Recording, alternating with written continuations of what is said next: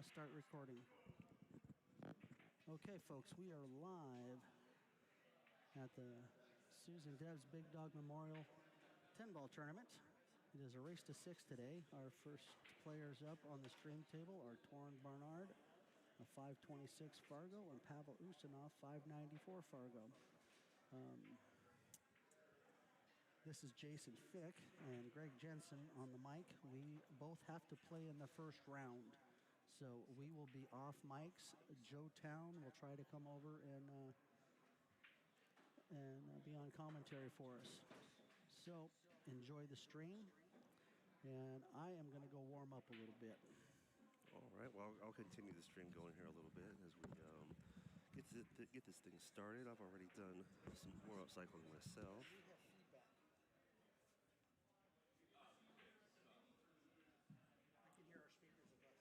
Oh, okay. We do similar adjusting here just real quick.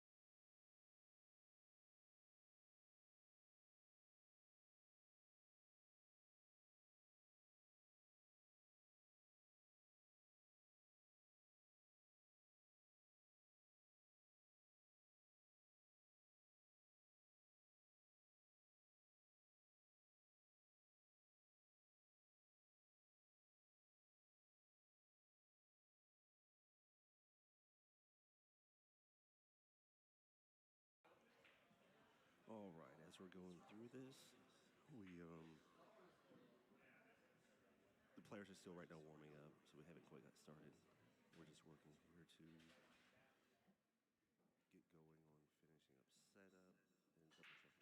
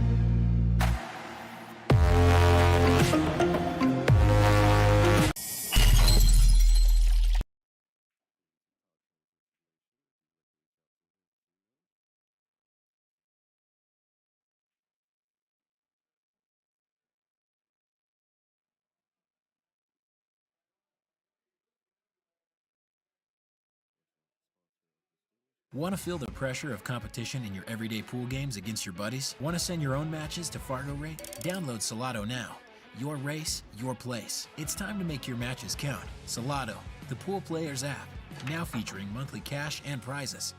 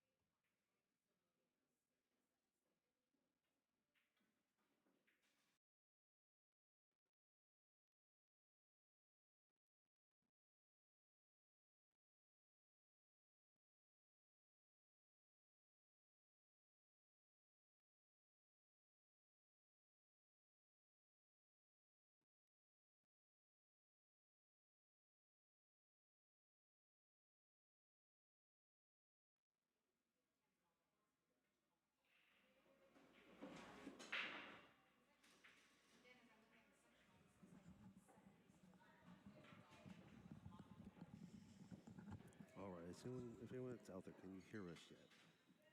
This figure gent's back trying to fix some of these issues.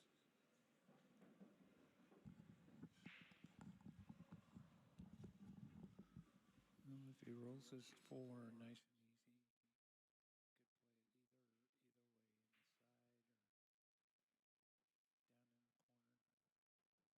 in the corner. I don't know which one I'd prefer, but I guess it all depends on how this 4-ball rolls out. Well, he left himself pretty nice. Makes it a little tougher shooting over the 8, but still not a terrible lead. Is anybody out there? Just not if you can hear me. Well, we are recording this, so there is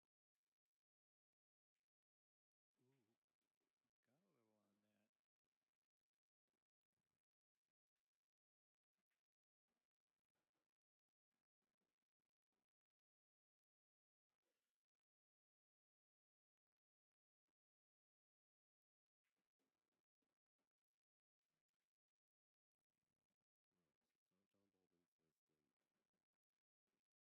a matter of if they hear it. Ooh, got a little on that. All right, so Don Bolden with the. That one's a little tricky.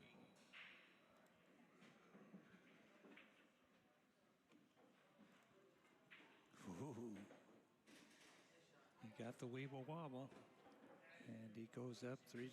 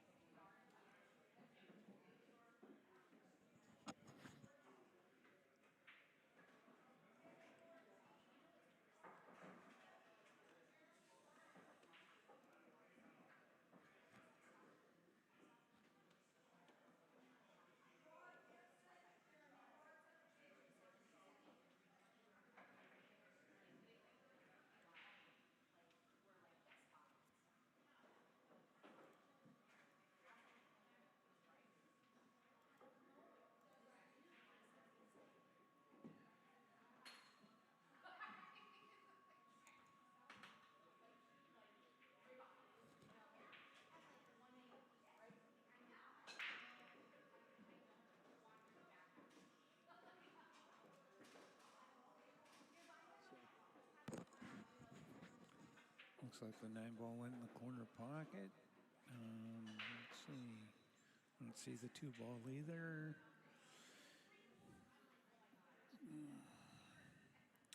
if that one slides down past the 3 or not, but I think it does.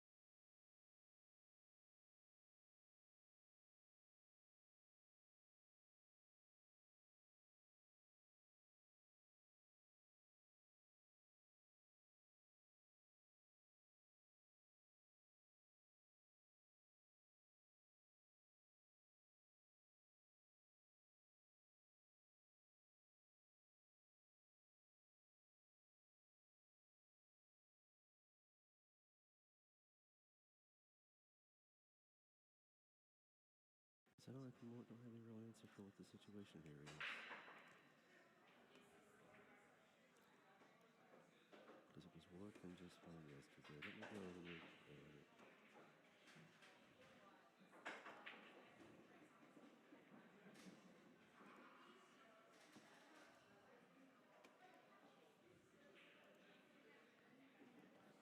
All right, does that do anything to help us out? I don't see where it's going to.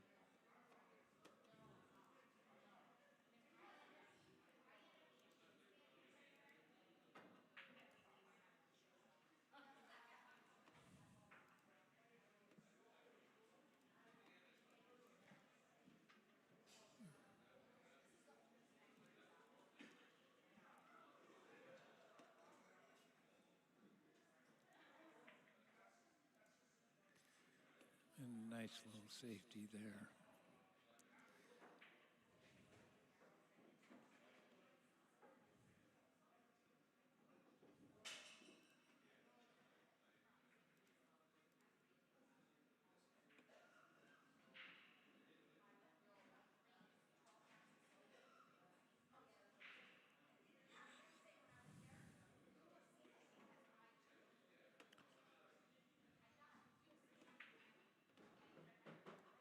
Those kicks are so tough when they're that close to the side rail.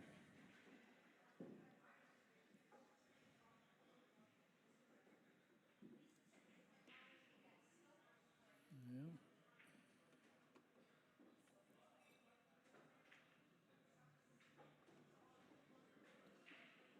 Doesn't look like anything's really tied up, so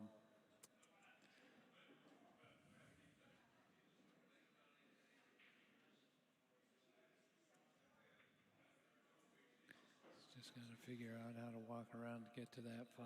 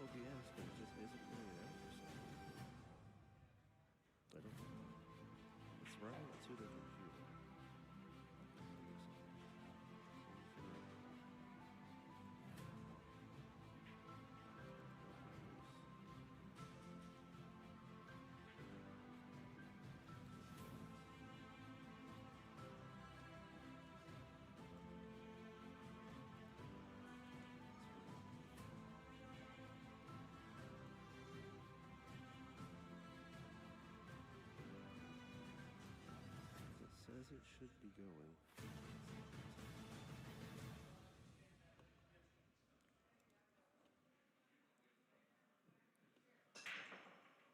What if I move it to desktop audio? Because they can hear that.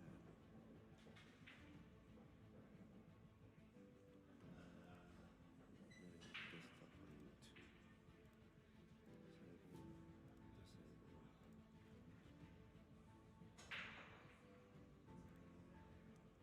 What about now? I wonder if they can hear us now.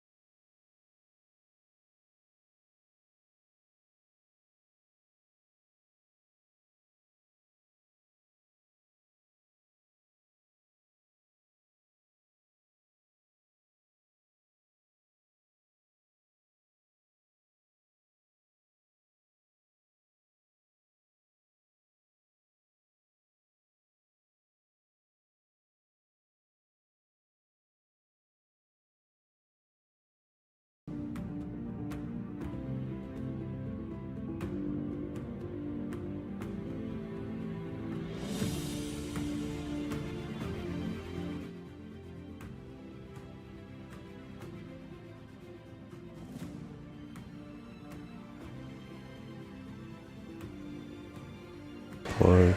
Okay. And that shows the audio is still here, but it still isn't going out there. Don't know why it's not going through out there. Maybe it's a setting of this.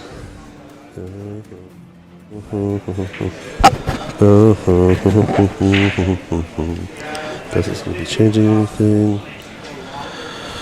Alright, so this is plugged in. Val says that we are. Oh, are we here now? I guess so. Oh, okay. So, Yay. yeah. Maybe it was this side over here. How's it sound now? You're clear in the headphones anyway. Yeah, are we coming clear out there now, Ballard?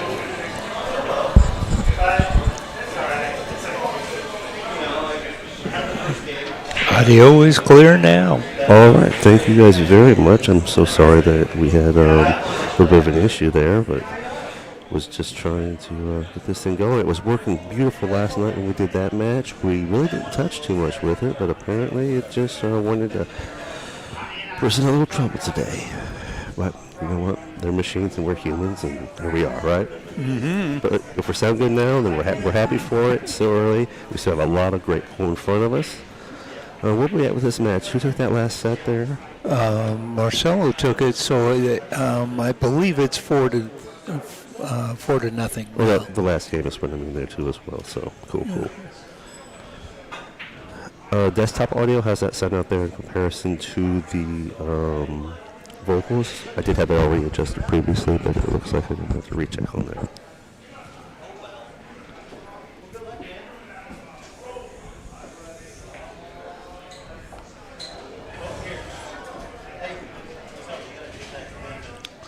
Looks like Luke's like leaving the table, so I guess they let me check with Luke. Luke, what was the final score? 6-0. 6-0. All right. What's the matter? I got 6-1. Yeah. Well, I made the first 10, but I scratched. Okay. Oh. I mean, it should have been a 3-3 game right there, but whatever. That's cool, you know. All right. So now we can go back to the production at hand, right? See, I don't know if they have the tables marked in here for who's going to what table yet. I don't see that in digital pool at the moment. So I might be waiting to see who comes up to this table next.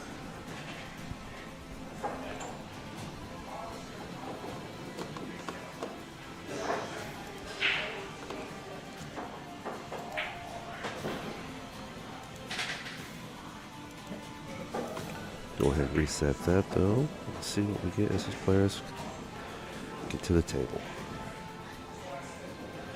Daniel versus Jeff. Oh, that would be nice. So it would be Daniel S versus Jeff Jimison? Himison. Yeah, yes. It's got that extra little vowel in the name there. Jimenez. Maybe that's the correct pronunciation. Yeah.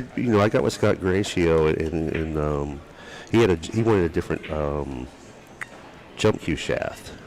Uh-huh. And Scott Gratio was making them, so I got him one of those. Yeah, that's what I was trying to ask them out there, is if they wanted that turned down any or whatever. So yeah, that's turned down quite a bit now. So yeah, just so this audio setting, something must have moved around or got unhappy. But what's that? It's working now, though. It's working now. Yeah, everything's good now. What? Yes, we have. That's what everything working now means. We didn't a minute ago. I had to figure it out. But we're back in it now. So we're waiting to see what match is coming up here. So I have player names in. Does Jason want to commentate this Daniel and Jeff match? Oh, he probably does. Okay. You can say right there, and I'll move. Oh well, because I'm working on production and just keeping stuff moving along. Oh no, I have friends here playing that I don't mind watching either. So okay. Whoever. You're welcome to sit over there all you want. I'm just trying to make sure everything keeps running smoothly. Absolutely. And so Jason's the lead commentator. He focuses on that, and it gives me time to make sure we can have a production that's ran smoothly. Sure. Absolutely. Because the first year I did all this by myself, and it was very challenging. I can't imagine. But way above my pay grade. It seems like this event just always wants to just push some buttons and challenge me, just like the game of pool. And I'm patient, and I'm just fine with it, and I will always do my best to persevere. Well, it's like any career. It's ups and downs, and you just gotta work yourself through them, and there's always going to be something different. Yeah, there's hiccups always show up in life. We know that. We want perfection, but we never get it. But we get as close as we can, and doing what you're doing right there is exactly what I like to do, is just slow down, be patient, work on it, take your time. And when you get through it, just give it a laugh, grow, and move forward. Positive perseverance. Absolutely. 50 years of painting cars, I can count on one hand, and I'd be missing digits of perfect in my book. Yeah, that's the way it goes. So I'm going to go back and look at digital pool again just to see if there's any table numbers there, any there that they're using yet. And I don't see them using any table numbers, so we still have to wait. Oh, once it's assigned, it's showing up there, so that's helping some. Table 11, and it looks like is Mark Goodwin and Chandler Ducote? Or Ducote? I'm sure I'm saying that wrong. I apologize.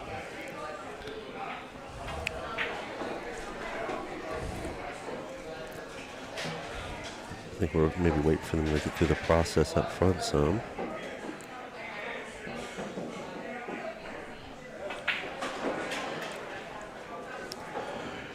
Table 12. Looks like it's going to be Eddie Mataya and now Perez. So still, we got a match coming in there. It's going to be pretty good. Move this over here for a minute, Scott, just so I can look at these names being typed in here.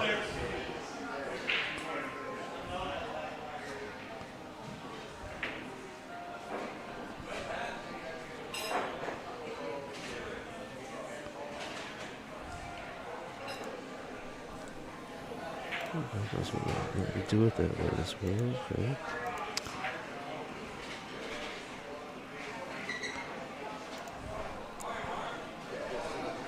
All right, so there we go.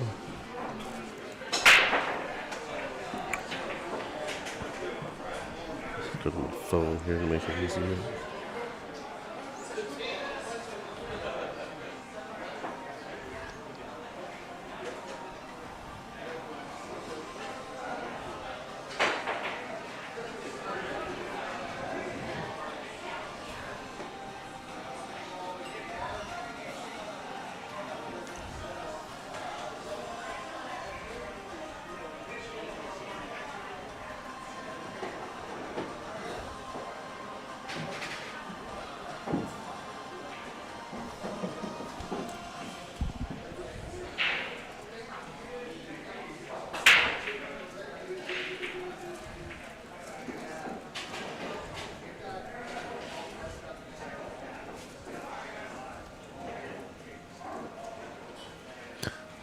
Well, I see Eddie walking up to the table.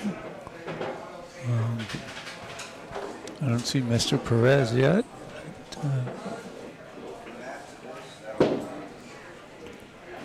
Yeah, I'm probably going to get this set up for Jason here, and then he can take over.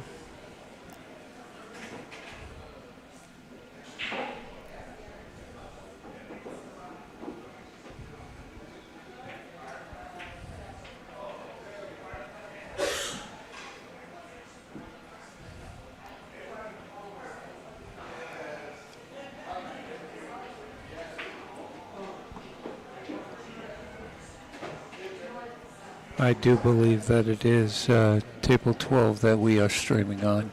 That is absolutely correct.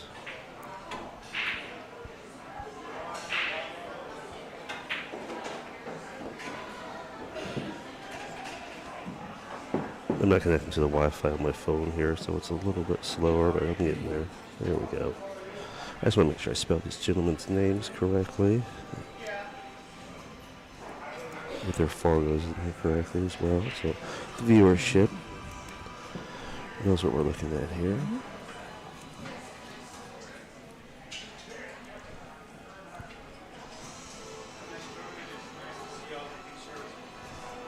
And thank you all for reaching out in the chat and letting us know that we couldn't quite hear what was going on, and we were able to make those adjustments. So. Yeah.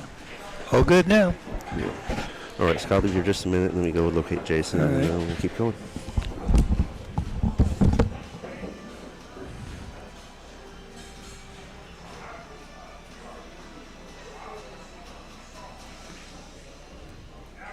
And they left me here to fill the space. Don't know if you guys checked it out last night to watch the match between Paul Marquez and Shishan Chang, but it was a pretty thrilling show. ended up hill with Paul Marquez taking it in the end. But a well-fought battle between two great players.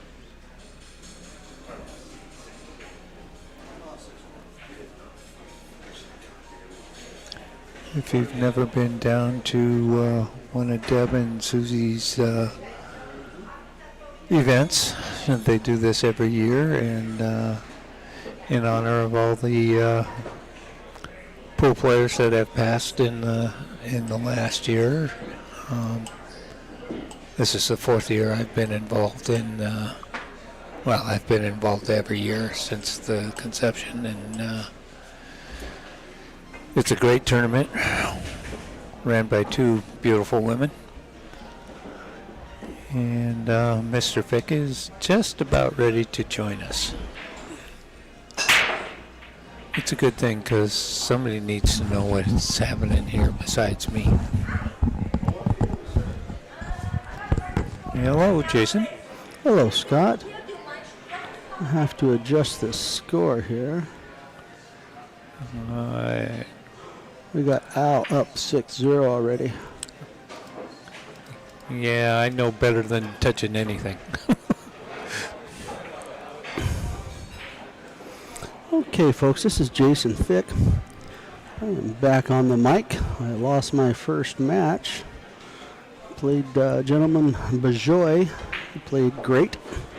Excellent stroke. Now what we have up next is Al Perez and Eddie Mataya. Eddie was playing next to me on the tables next to me, and him and Chad Raswick had a pretty good match.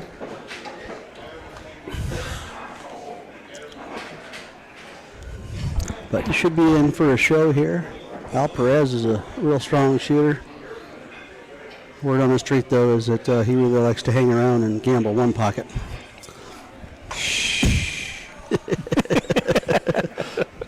Which, kind of tickles my fancy. I expect to see maybe Ed Hobbs to wander around. There is an open 9-footer around. One pocket happens to be my favorite game. Well, I'll tell you, that's a chess game of pool, that's for sure. Oh, absolutely. It's the one game that I'm super focused when my opponent's at the table at any point in time. It's just, it keeps my mind in. It's hard to keep focused in playing regular pool sometimes, with not being able to play every day, every hour. But I think in our downtime, let's go over some of our sponsorships here. These guys are still hitting balls and warm up. Let's go through our Salado ad. Of competition in your everyday pool games against your buddies? Want to send your own matches to Fargo Rate? Download Salado now. Your race, your place. It's time to make your matches count. Salado, the pool players app, now featuring monthly cash and prizes. And this is a memorial tournament, and these are our 2026 honorees for the tournament. All these players have passed away, and that's what this event is all about. Lloyd Hammond, really nice guy. Eric Sawyer, another nice gentleman. I never had the opportunity to meet Howard Hope. James Leroy Gross, his daughter actually works here. Oh, yeah? Yeah. I talked with her last night. These are the new... Oh, she was bartending last night? Is that? Yeah. Huh. Okay. I know a lot of those faces on the boards over there are very familiar, and hopefully it'll be a while before you and I make it to that board. But well, one day. Well, I'm thinking though that somebody else is going to be doing the memorial tournaments by the time we're there. Maybe. But I hope that this tradition of honoring and a memorial tournament for all of us that have moved on and love the game will continue on, which I'm sure it will. I think Susan and Debbie have started a really good thing. Eddie had made the comment when I walked up. He says, yeah, now I got to come over and play on brand new felt. The rumor is they were supposed to have all the tables redone, but obviously expenses and timing Clark didn't was work. trying to. He tried to, but he did say he'd get our stream tables going. Well, it's a big expense to cover, there's 16 tables here? 16 7-foot tables, yeah. Yeah, and to get that all done, even in a week, would be, it's a fair amount of work, even for the best of them. Greg and I were down here, I think about a month ago. We had to run cables up through the ceiling and everything and get everything ready so we could have our stream. We have Sean Lewis sitting over next to us from Easy Street Billiards. Great gentleman. He has a stream running at his house all on his own. I enjoy watching all of his action. That's Easy Street Billiards, isn't it? Yes, sir. Yep. Easy Street Billiards, Sean Lewis. Yep. Another great player and a good gentleman in our sport. You guys should be in for a match here with Al Perez and Eddie Mataya. Well, absolutely. Well, there's all of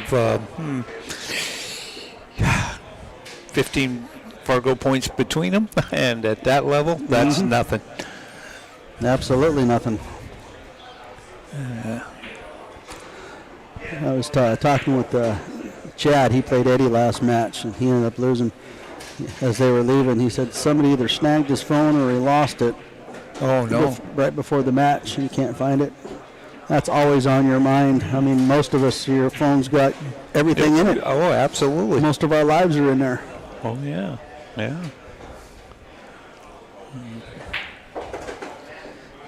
I left mine at the hotel. I had to go back and get it just because I've got a customer that's supposed to meet me today, and I wanted to make absolutely sure that I was available for him. And is he coming down? You meeting him down here? Uh-huh. Yeah, he liked the cue I built for Shushang, and saw you guys talking here last night, I think. Yeah. Need to give a little shout out to my gal Val out there. There's a gentleman going around doing a Seahawks ticket raffle to feed the homeless. So I bought 5 tickets for a Seahawks game. It'd be the Cardinals game if we happen to win it. Hey. Yeah.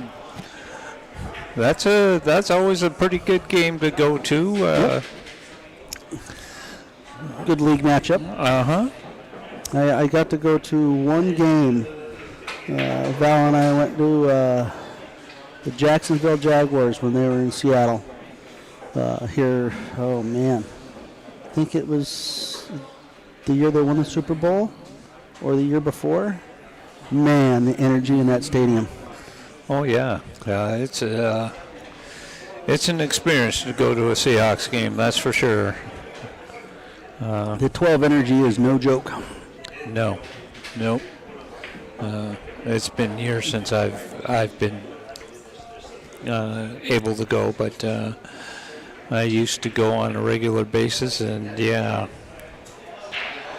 there are 12 fans for life that will not let you forget it. Nope. I grew up in the Snohomish County area, in Snohomish itself, and the Seahawks. I was born into the Seahawks, and my favorite team. Of course, you have to. It's the hometown team. Oh, and we're lagging off here. Oof, close. Looks like the blue ball has it. Yeah. Eddie Mataya has won the lag. We're about ready to get started here, folks. This is rack your own, alternating break, race to 6, 10 ball, no early 10s.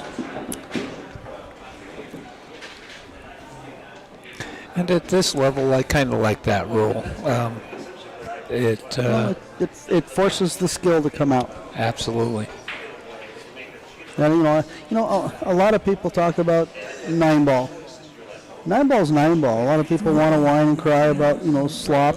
I can see call your 9-ball. I can see you add that in there. But the spirit of 9-ball is it's loose and fast. Oh yeah, 9-ball is barroom rules. Just let it fly. Yep. played in a tournament a couple weeks ago, and had a 5-3 race against a guy, and that was his absolute thought on the game. If I don't have a shot, hit him hard. Something's going to go. Josh Anderson, yes, we're talking on the chat. This is an A-side match. Eddie Mataya beat Chad Raswick in the first round, and he is playing Al Perez. And Val, I will tell Sean hi for you. Yeah, Josh, the Joy plays pretty good. It was pretty close. I mean, I overrolled a couple of kick safes that I felt I should have gotten, but other than that, it was a really good match. I had fun. Not disappointed in the way I played. I mean, I work too much. I don't get to play near as much as when we were living down in Marysville. I mean, we always stopped by the Old Grove or the Wild Hare, and we always had those around just to stop and play. When you get to play for 2-3 hours after work every day, you know, your skill level stays up. Or your stroke focus stays up, I should say. Well, even having a table at your house, you still have to make time, you know. Oh, absolutely. You have to put effort forward. Oh, yeah. I mean, if you want to be great at pool, you need to put in almost as much time as you work. Oh, yeah, absolutely. If not more. I mean, I've sit and talked with Shane Van Boning and all the big boys. Well, they practice 8-10 hours a day. Still. I mean, even today, I mean, Shane says he'll practice his break for 2 hours a day and then do drills. And Shane's the type of guy that he'll actually, when he's warming up for a particular game, he'll play 8-ball. If they're playing an 8-ball tournament, or if they're playing 9-ball, he practices 9-ball. In my mind, I mean, that's the way you should practice. Oh, absolutely. I mean, you've got all your drills and skill sets that you want to do, but when it comes down to playing the game, you play the game. Well, and the closer you can get to the equipment you're playing on, even better yet. Oh, absolutely. You know, I have a 9-foot table, and to come down and play on a 7-foot table, I usually go to a bar and find a 7-foot table, and I play on it for a couple of days before I... Did you see that cue ball accelerate? Yeah, I did. That's the difference of playing on the old felt and the new felt. Uh-huh.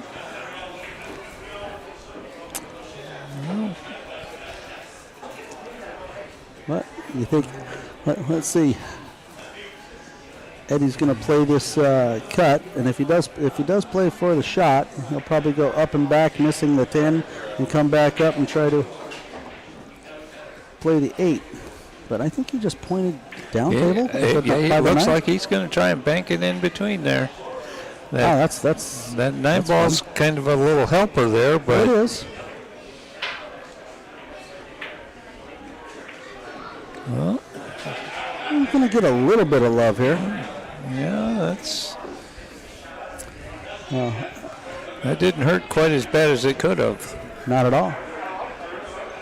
Well, let's see. I think Al's called the 9, I think. Yeah. Yes, he did. And a nice carom shot at that. Oh, and the gentleman that I played first round is going to be playing on our secondary stream table. Against Sean Lewis, is that the name I see there? Yes, it is. Well, and that should be a fairly good game also. Absolutely.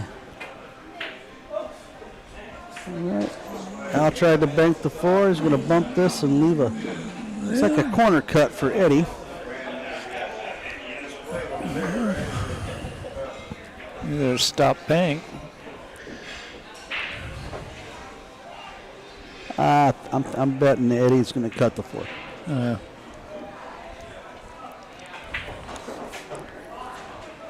Definitely a better shot.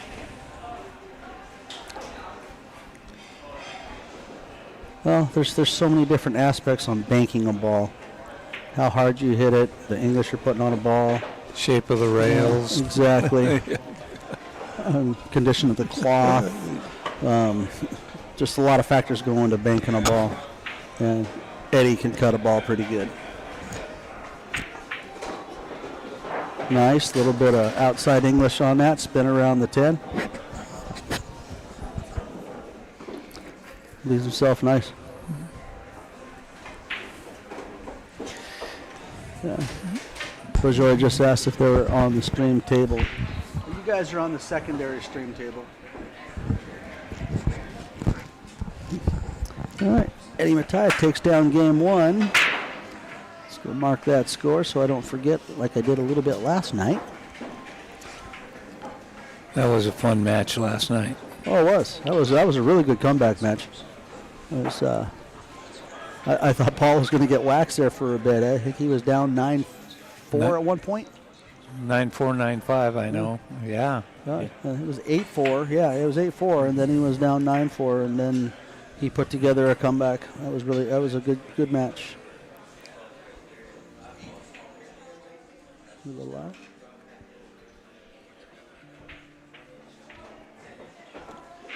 All right. Al Perez. This is alternating break format. Al Perez to break. All right. He's pocketed a ball, pocketed another ball, has a look at the 1. He could thin cut this one into the side. And if he can miss the 7, he might be able to come around the 4 and 9 for a decent shape on the deuce. The 2 ball.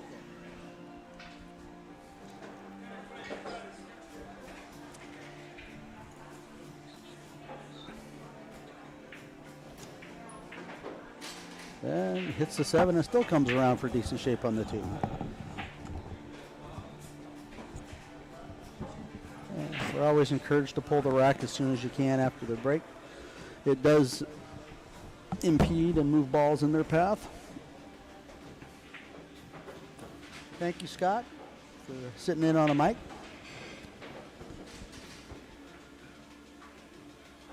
And that's a pretty darn good stroke from there. A little bit heavy. So if you overcut this with a little inside spin to kill it off the rail before the side. Looks like he's shooting that high inside. Overcut just a little bit. Leaving Eddie Mataya, looks like he has a nice line to the 4.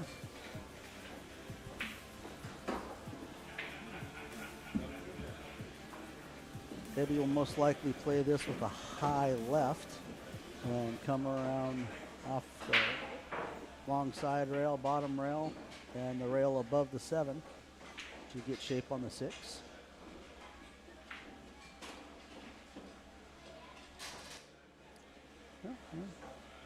He got a little bit under the 7, pinches, and comes around for a back cut on the 6. Which isn't too bad from here. Looks like he can lead for side pocket shape on the 7 fairly easy.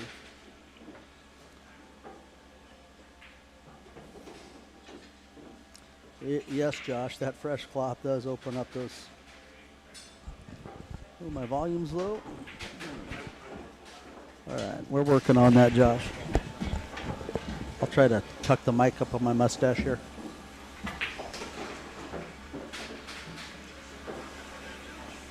And Eddie makes the back cut and kind of stuffs himself a little bit. He pulls out the hopper. All right, thank you, Josh.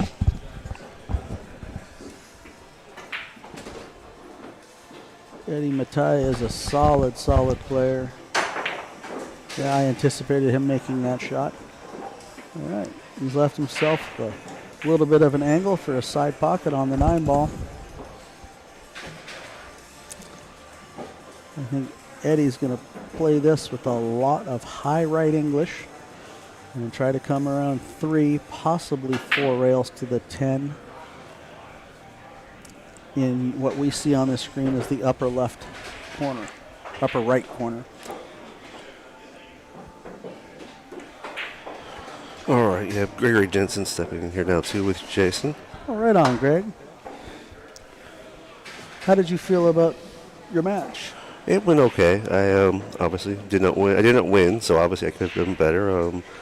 Played can't remember her name at the moment, but Cindy Sleva. her, yes, and she played very well, and I just played okay. I put together some pretty good runs, and towards the back end of the run, make a mistake, do something like that, and I was not missing well either. So, and she was stroking the ball and holding cue ball control, getting off the rail very clean, very nicely, and was able to take those mistakes and turn them into points or W's, and Ooh, Al Perez plays the bank shot and scratches. took the match. So He's probably going to just congratulations give to up her. the game to Eddie here. It's not going to make him shoot it. And I believe, yep, he has passed it on. Where's my marker? Eddie takes down game 2 due to default.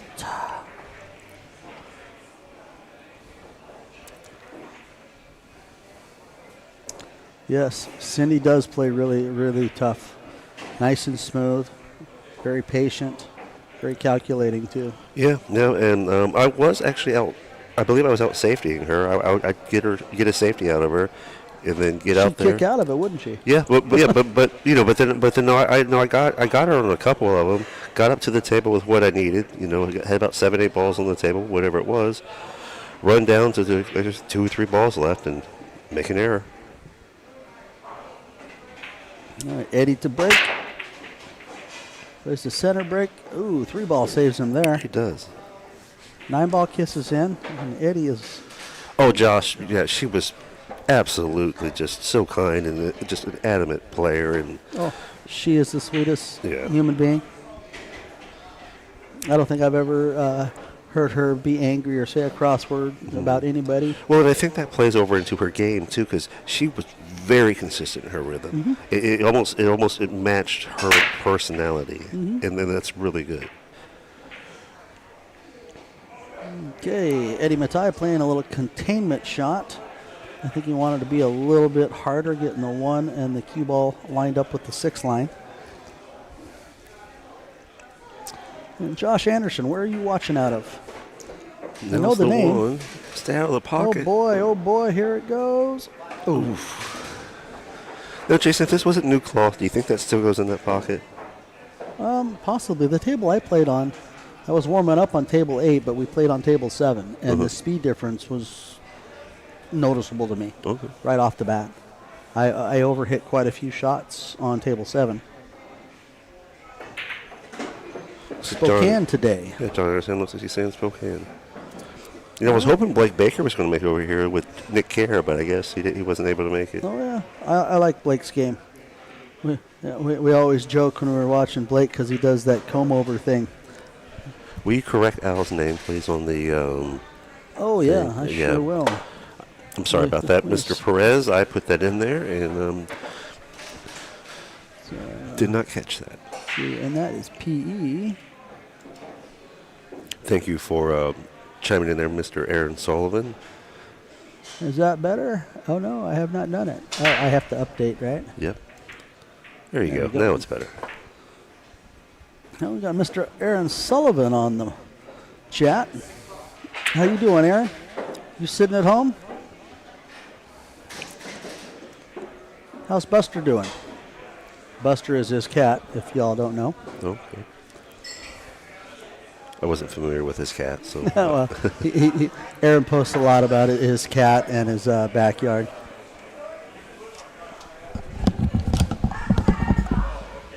Yes, but I was going to say that we always kind of joke with Blake Baker that, with that comb over he's got, he just should shave his head. Go bald. He's got a good head. A nicely shaped head. He can pull it off. Sometimes we just hang on to our last bit of hope, Jason. Ooh, look at that stroke, Ooh, folks. Nice. Nice bank shot, withdraw.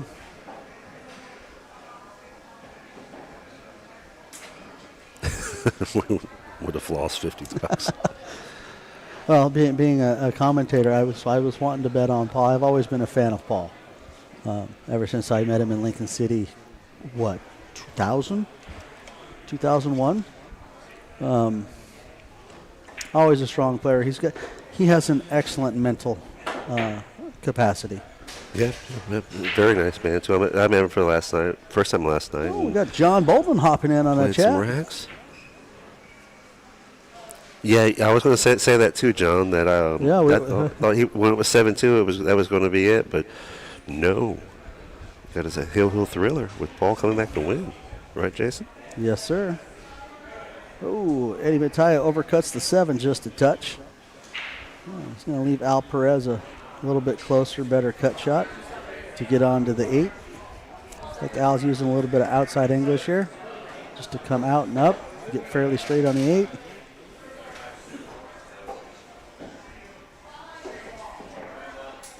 Yeah, Aaron, I kind of thought Triple G might take the action too.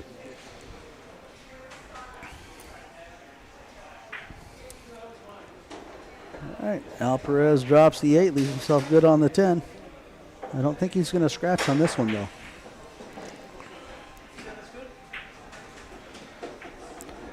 Okay, Eddie Mataya said that is good. So Al Perez takes down game 3. Yeah, this race to 6 too. Every game kind of really matters here. Every single game. I was down 2-0 and worked it back to 4-4. Mm-hmm. And but Bajoy plays great. He's got a great stroke, great shot. I won't say that he out-safetied me. I overrolled 2 key kick shots to return a safe, and it just leaked out. 2 of the shots leaked out, and he got out. I mean, and that's the difference. I mean, I was fairly satisfied with how I played. I mean, we can always play better, but sometimes it's just who can make that instant speed control adjustment. Because, going to tournaments, you're playing on all these different tables, and they're all slightly different. And some players just were so dialed into those quick adjustments, and others it takes a couple, racks. Oh, yeah, absolutely. Ooh, 2 balls saves the cue ball.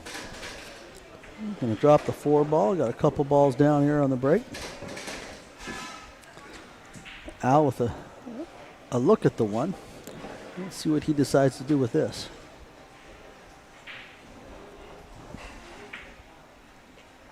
He's going to play a containment safe. It looks like he has left it in the hole a little bit. I don't think Eddie can see that. Let's take a little line here. Nope. No can do.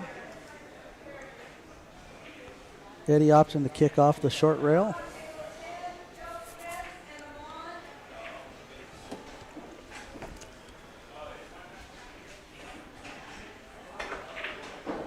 Nice hit. Oh, good hit. This 1 ball's going to float up possibly. Does it get weird? Does it get full with John Boldman? I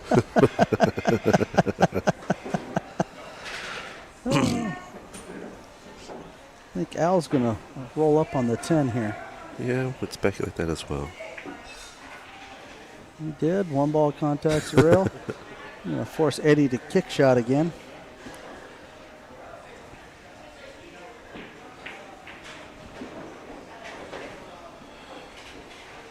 A little bit of spin on this kick shot, Jason. I'm thinking so. Yeah. Got to spin it to win it sometimes. Oh, and Eddie gets a good hit on that one. 1 ball's going to come up and get on the 9 line here, leaving Al coming around the top side of the 9. Let's change our camera angle here a little bit. Take a look at this. Yep. I think this is another spin shot. 2 balls in the way of thinning the left side of the 1 here as you're looking at the table. He's probably going to try to kick the 1 behind the 5. Yep, just like that. That's a good return shot there. Yeah. Eddie might have enough to possibly cut this in the side. I think I'll leave this this camera angle up here for a second. Well, from the last night's match, Chow would have cut this in the side. Oh, absolutely. He was cutting shots in all over the place. And have ball left over. He could probably overcut it. Yeah, that's a tough one here. It is. I'm being facetious. But not impossible because I've done it. Yeah, you just got to get that back edge of that ball rolling through it as it's spinning. Eddie taking a serious look here at the kiss on the 1.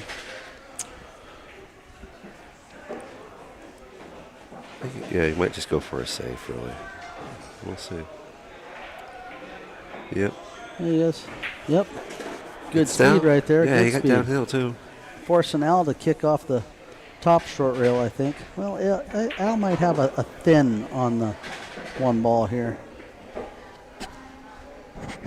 He does. He does have a thin here. Oop, okay. And he hit it just a little bit thicker and opens the 1-2 open and leaves Eddie a shot long distance from the bottom corner.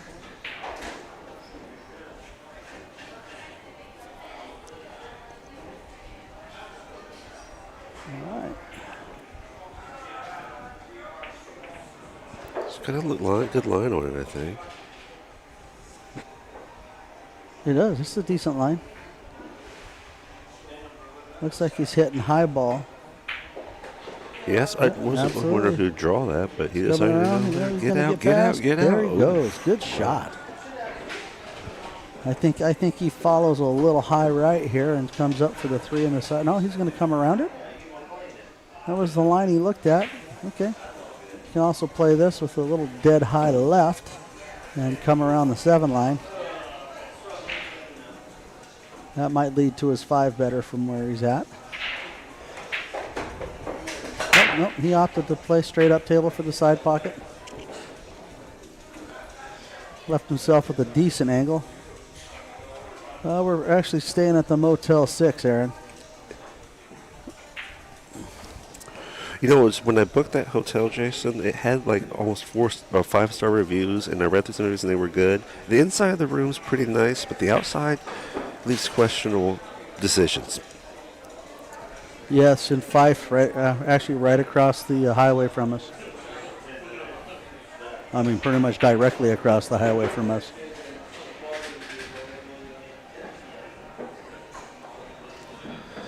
But, you know, we're only there for 5 or 6 hours to sleep and take a Exactly. shower. Then we're back here for 14 hours. Exactly. Eddie, I believe, called the bank shot in the corner pocket where he's at.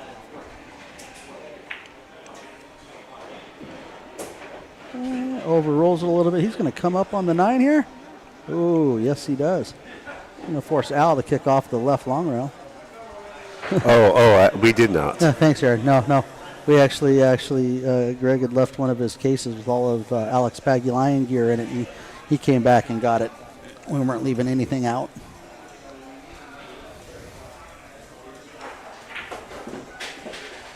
Yeah, somebody made the comment that this is worse than 15th Street was as far as that kind of activity. And for those of you who don't understand what we're talking about, last year at 15th Street Bar and Grill, we were broken into Friday night and when we were in the hotel, and Greg lost a whole bunch of sound and video equipment. They did not get his $3,000 laptop. We were able to scramble and get a stream going, which was awesome. Patrick Nix came and helped us out a little bit, and that was real good. That was an awesome comeback.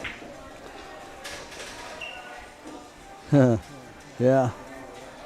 Well, thieving in sketchy areas is thieving in sketchy areas, right, Aaron?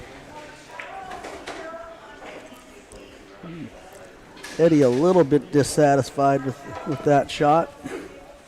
I think he put a little top spin on it and drug.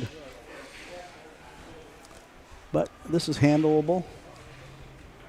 Let's play this just a little bit of top English. Cut the 7 in and come up for the 9 in the side, possibly the upper left corner where the 7's going. I was wondering if he's going to go 2 rows with that. Oh, that's perfect. Yeah, that's absolutely perfect. 10 ball in the corner where he's at? No? Maybe? Just come across. Possibly. If he's straight in, it's just a stop shot. I think that's feasible. But might get the side pocket. Yep. He stunned that and drifted the cue ball up. Yeah. He's satisfied with where that's at.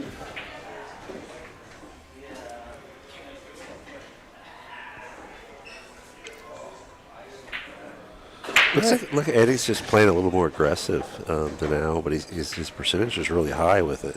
Oh, absolutely. Eddie's settling into the playing on the new cloth for sure. We have a good group of players in the house today. A lot of big dogs. And hence the name of the Big Dog Memorial. Yeah, unfortunately, I guess James DeVee was back's not feeling so good, so he's not in it this time. I really was hoping he was going to be here because he's always fun to watch in the finals. Oh, absolutely. James DeVee is a super solid player. If some of you don't know, James DeVee broke his back quite a few years ago riding motorcycles with his son. Yeah. Yeah, and had a bunch of surgeries and came back and still got to a good, solid semi-pro high level. And he's still a better pool player than a lot of us. Oh, With the broken back. Flat out. DeVee is just a solid stroking pool player. Nice guy. Really down to earth. Oh, we have a scratch here. Okay. Nice break, too. This could be trouble. This could be trouble. This looks pretty nice. I like the one in the upper corner. Come up, leave yourself semi-flat on the 3 so you can come out past middle table for the 4 in the side. I don't think it passes the 7, so get yourself fairly straightish on the 7 and play back to the 6. He's going to get himself pretty straight on the 3. Yeah, Al even just threw his hands up going, what am I doing? A little close to your work. Yep, he was wanting to be a lot flatter. He went a foot too far there. Move the 8. Wow. Oh, he moved the 8 with his stick. Yeah. Now he's even Eddie with a...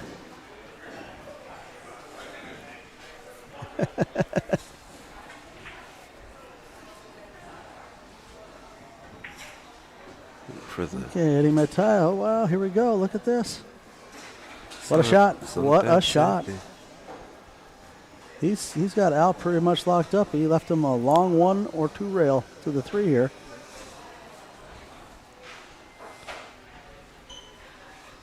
Aaron Sullivan is asking how much those Paggy line cases are going for this weekend. I'm doing them for 3.5 this weekend. $350, Aaron. Event special. After this, it's back to normal price. But if you do buy multiple things from me, even after this event, just in general, I do give you a bulk discount. just to give back to people. Take care of me, I take care of you, and all the proceeds from this just go back into our billiard community. It's just so I'm not going broke doing this. No, Greg does real good. He's not really out to make a lot of money off of all of us pool players. He just wants to be there for us, and he does a real good job at that. Yeah.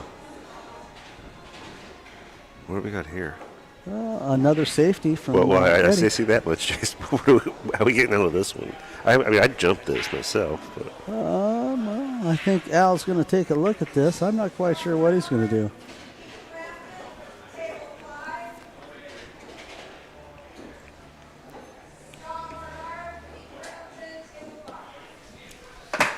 I should actually keep my phone on me. I'm going to hop off the mic for just a second.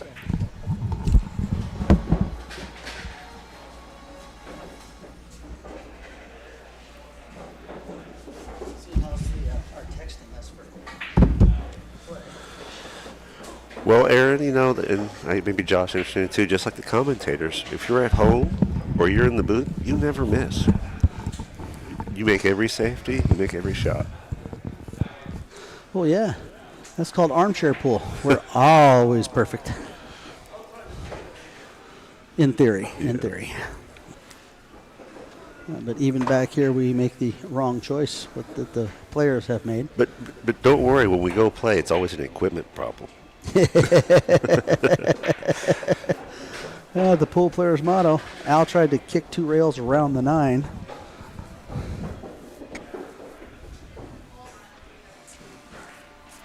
Oh yes, Josh. We all understand our responsibilities.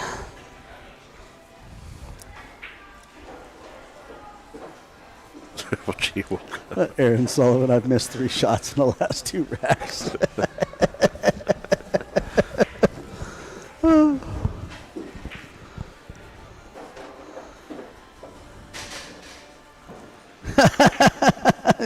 you read what Triple G wrote there, Greg? What was that?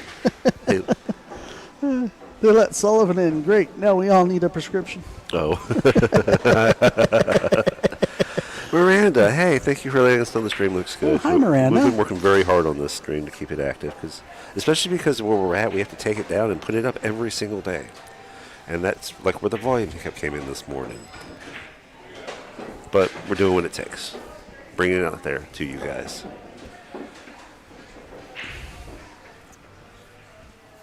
Eddie, look at a half table long, half cut shot.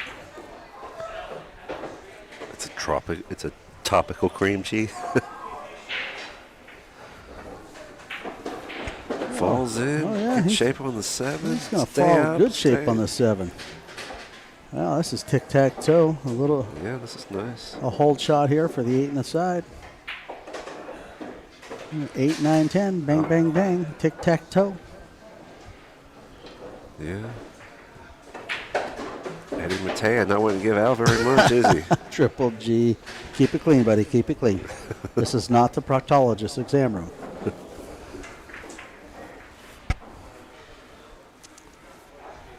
Oh, I guess he just gave it to him and I said that's guess- good. I guess Yeah. Al has said that is good. Oh, Eddie Mataya moving up 4-1. I think Al just wants to get back at the table and just start to find a rhythm and see if he can't get into this thing. He's got a pretty big hill to climb here too, not to give up 2 more games to Mataya Oh, before absolutely. he gets 5. That's rough. It's a rough place to be. Those Yeah, early that's mistakes correct. get you.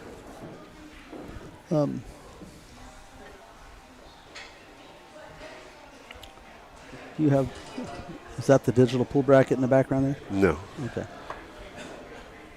no, it's best just to use your phone at this point.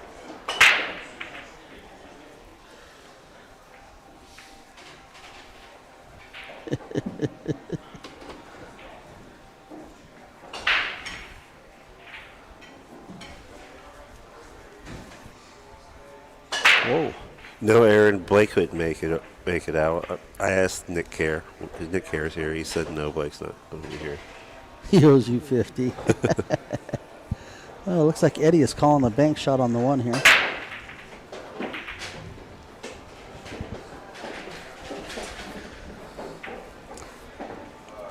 Is he going to get that thing in there? Oh, dribble, not quite. I'm not sure what he would have done with the 2 making the 1 there. It was difficult. I thought he was going to well, maybe his line was like the perfect make shot, and if you hit it too hard, you're going to get hooked. Well, we do have Steven here, Daniel, and Stan. So we've got three gentlemen that are going to be contenders that are going to deal with. Oh, there's more than quite that, a few. but those are just the 3 that I've run into. Al plays a pretty good safe there, putting the 5 and 9 in between the 2, Q and 2.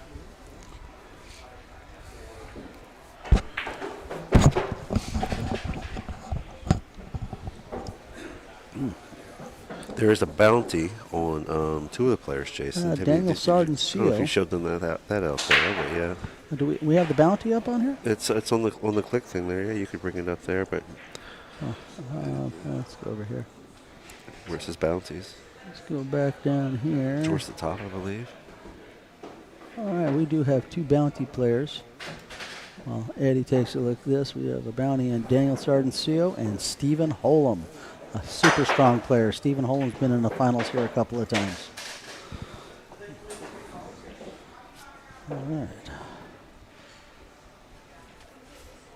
Looks like Eddie has scratched. And this table is prime for a 3 foul from here.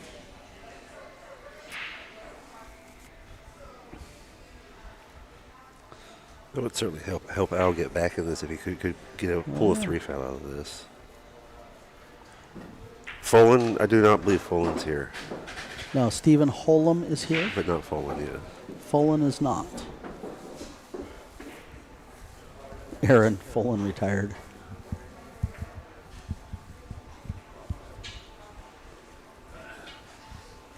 Oh, Triple G.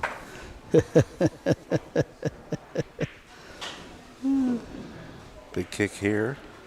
This is a big 2-rail kick to the 2. Oh, and we have contact. I guess Mataya doesn't have any of it, is he? Oh, no. He's saying, not today. I'm here for some W's. No, right now he's got 4 W's to 1 W, so Yeah. he is playing strong. Apparently he's figured that part out.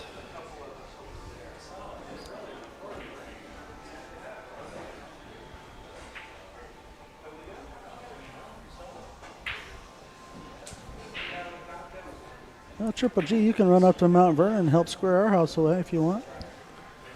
Hey, while you're there, you can come over to the Diamond Den and hit some on the 7-footer there. Yeah? Should get a couple of you guys up there to do some gambling at the Diamond Den. Yeah, that's what we've got the Let's Go Action group. Yes, sir.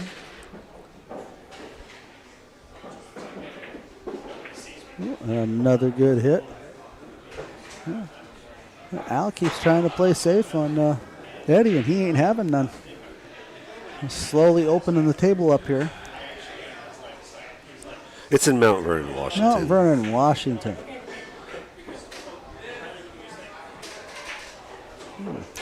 Well, Al has played safe on himself here. Sandro Menzel's in the house. He's been sneaking around.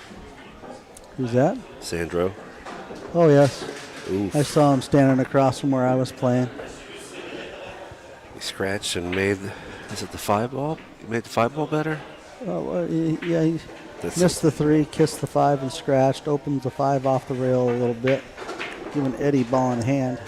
Eddie may just get out here.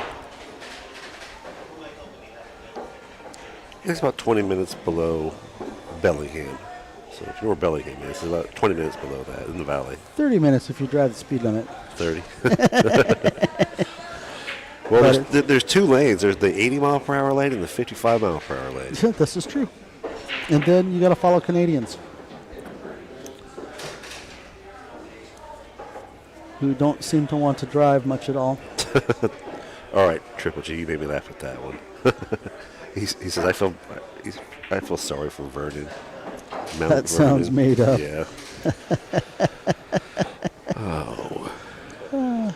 Nice angle here for what he has. Wow. You feel sorry for Vernon. Is that because we're up there or you're not? No, because they're mounted, Jason. You're missing the joke. Oh. If you have to explain it, it's not funny anymore, though. Uh-oh. Did he get there? I think he did. He did. Now, does he go for the... You want to draw this? Yeah, so he's just going to draw that back to the rail, right? Yeah, he is. He's hitting low ball here. Depending on what angle he gets. Oh, no. He knew he hit it too hard. Yeah. A little bit of emotion. Eddie slapping the table a little bit. He really doesn't want to let Al back in this thing, does he? No. He's focused out there. He does not. He wants to maintain table control. He's going to hit this wide and put some spin. He's opting for an off-the-rail draw cut. Yeah, that's what I was thinking he's going to do. No, he's just going to give it back and say good luck. And, well, it's not going to take much for him to get out here if he pots this 4. Nope. Little top, pot the 4 off the rails, put the 8 over there by the 10. Or no. Ooh, or just rattle the ball. Hit it like I would hit it. I think Eddie's going to bank this 7 out and try to leave the cue ball down here on the rail behind the 8. Well, if he's I think we have a bathroom break going on here. But if it goes by, though, that's not a bad shot.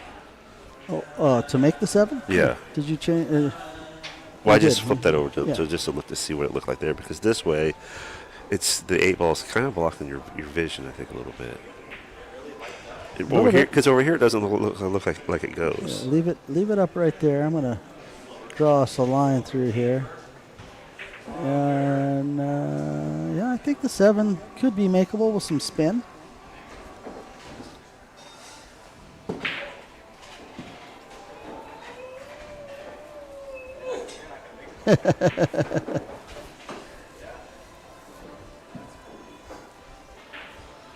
Well, the balls are all different colors at this tournament even. It's like one table has the standard color 4-ball, and the other one has like the pink 4-ball. Yep. And so every time you're shooting, you just have to walk around the table and just figure out what set of balls you're playing with. Yep.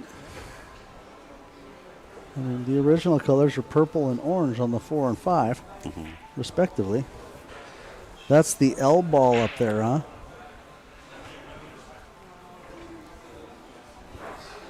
I think you're supposed to say A. Eh? Yeah, that's the L ball, eh?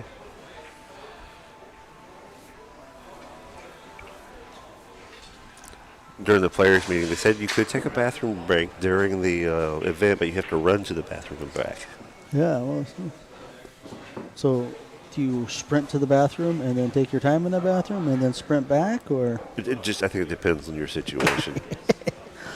Well, sometimes when you got to go, you got to go.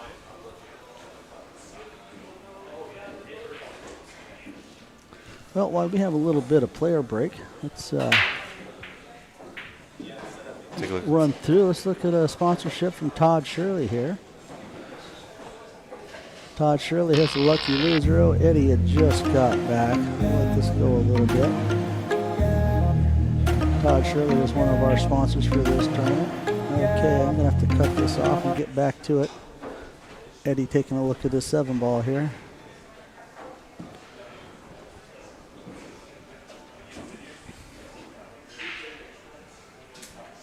Got to do a cartwheel when leaving the bathroom.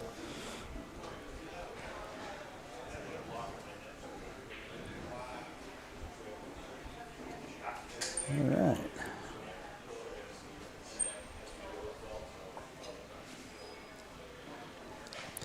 We will be looking at that split in the stream around 3 o'clock, Jason. At 3 o'clock? Yeah, How somewhere close are we around there? We're It's nowhere. 12:20. Yeah, we're nowhere close. But 3 or 4, anywhere there's fine. 2.5 hours or so. Restricting them 6-hour long. Yeah, because I think we'll be out here till like 10 or 11 tonight.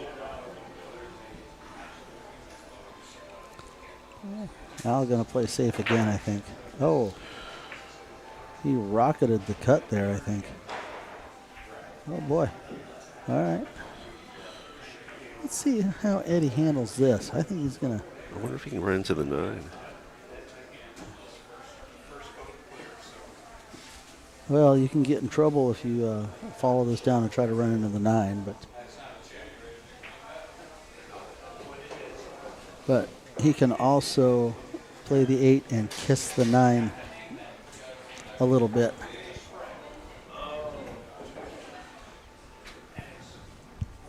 Which I think he might be playing here.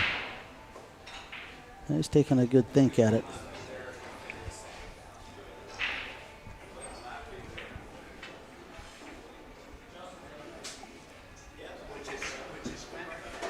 Look at that hit. Eddie plays the long, thin cut. And get back up half table. All right. Not a bad angle. If he pots the ball, he should have good shape on the 10. Not The really. same hole. This is controllable. Come off the rail. Let's come off 2 rails here, right? Cut rail, side rail. Drift to shape.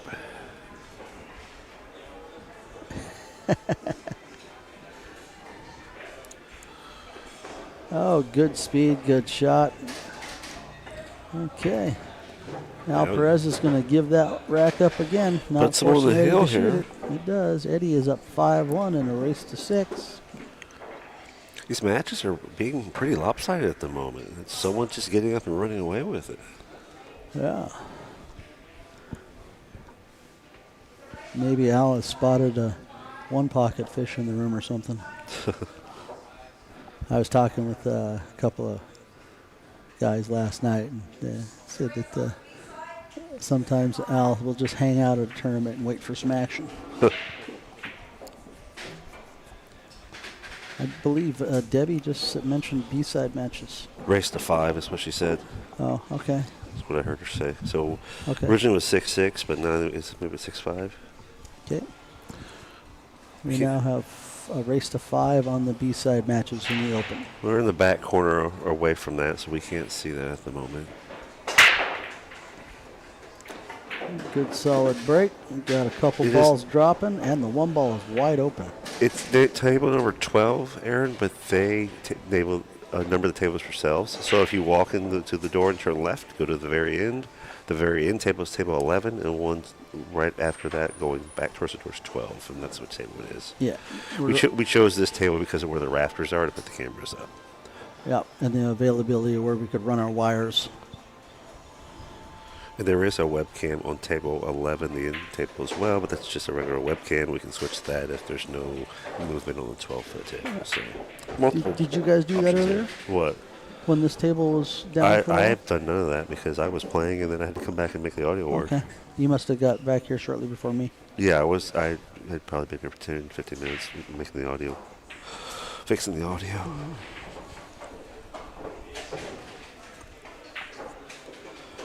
Ooh, no. Okay. This table's almost looking tic-tac-toe from here.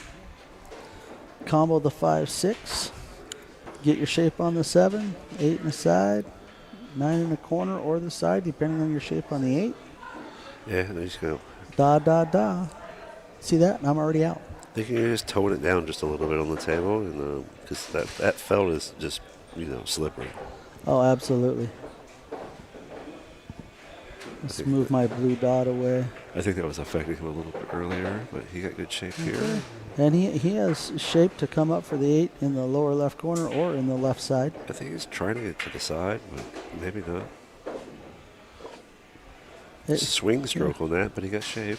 It's funny, but he has good shape to get to the side pocket on the 9 here. He absolutely does.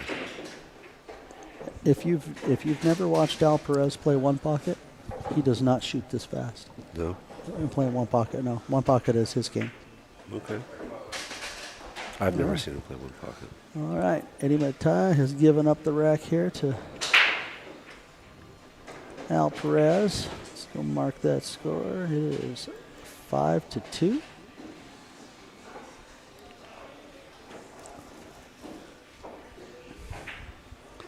Let's see, while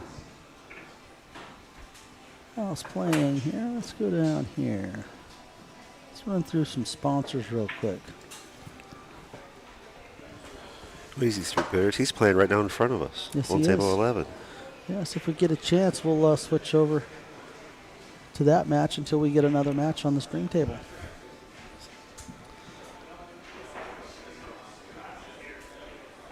Golden Fleece Billiards. A little joint in Everett, Washington. Of course, Sandro Manziel. Sandro Manziel Photography. He is running around here taking pictures. I saw him bent down underneath the table, hidden from everybody. Debbie Chickitty. Chickitty's East Coast Pizza. And there is our sponsor run. They got a break going. Okay. Al has hit his break. Let's get back into our commentary in this game.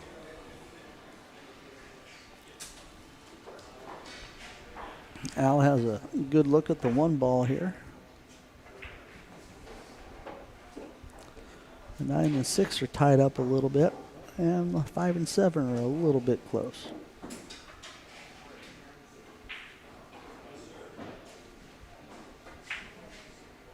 Ooh, good cut shot all the way up the table. Oh, bumps the 2 ball. What is Al going to do here?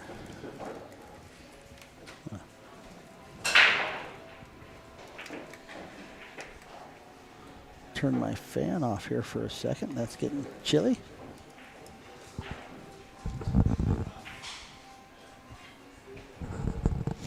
Okay, Al has opted to push the cue ball down table off of the deuce.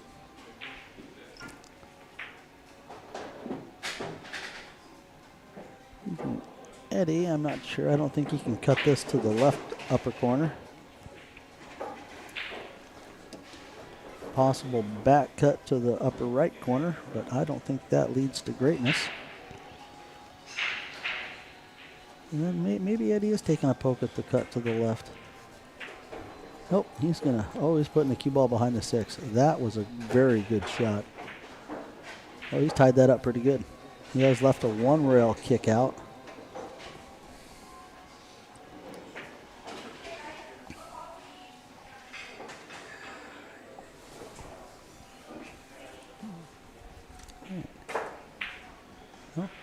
Oh, unfortunate there.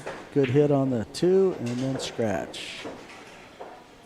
Let's see how Eddie works this out here. That's a 7 ball there by the 9 ball, Jason? The 6 ball. 7 6 balls ball, by okay. the 5.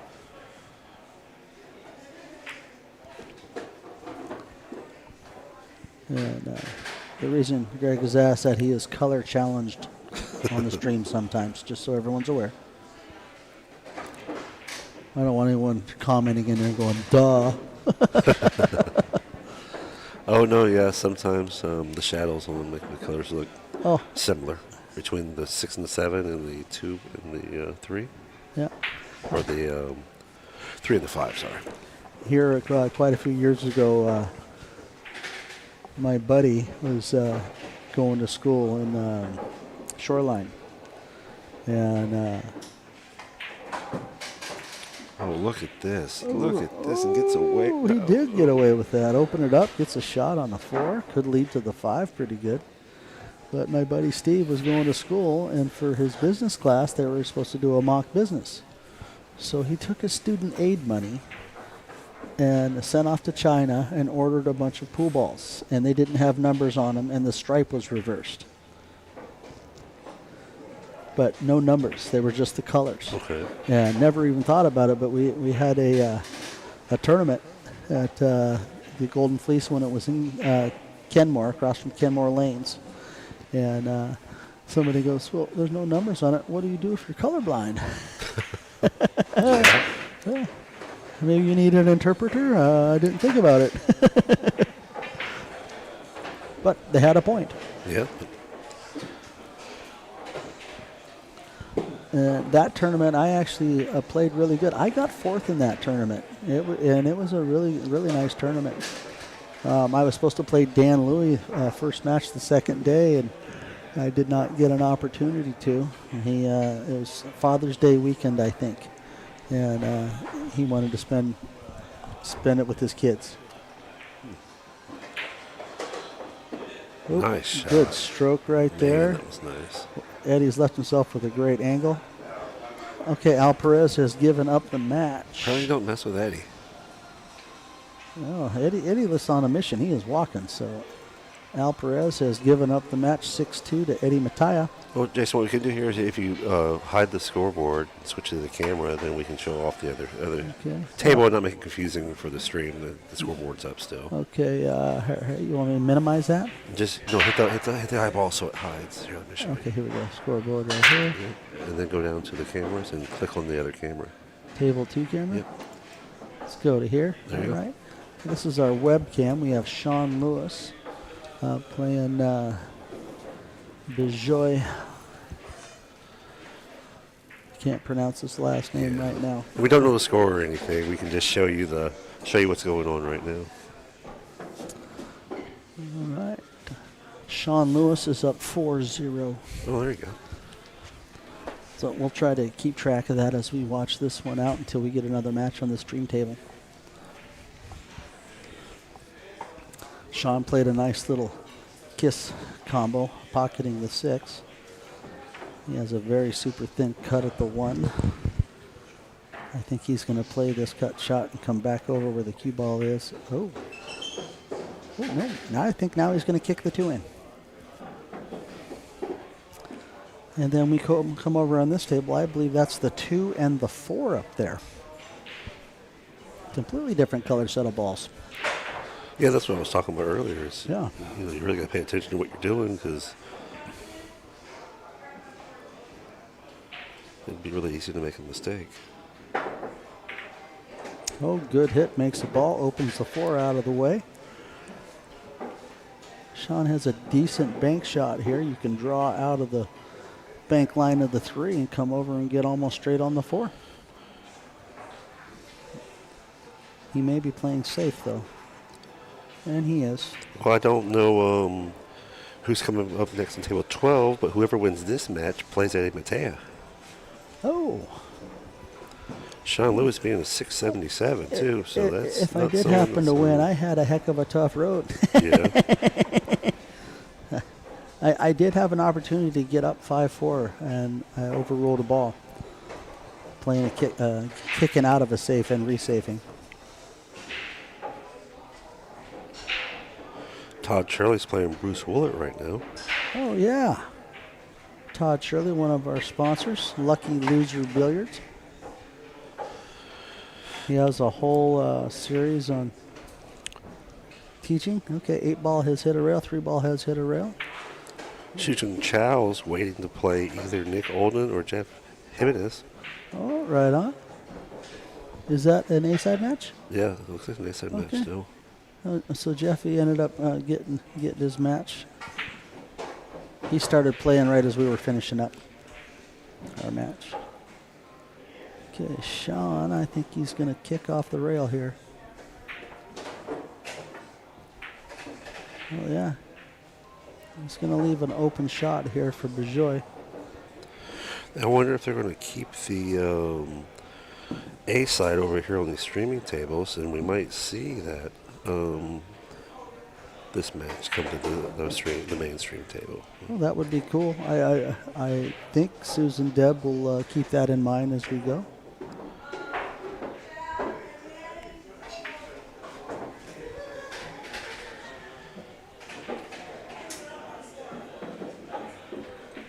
Right now, Holm is playing Nick Kruger. Looks like. It's a good match. I always enjoy watching Stephen Holm play. 1-1. He's so smooth. Whoever wins that match is going to play Clay. Ooh, Clay Belvoir. There's another big dog stroker. Clay is a super nice gentleman and plays a heck of a game.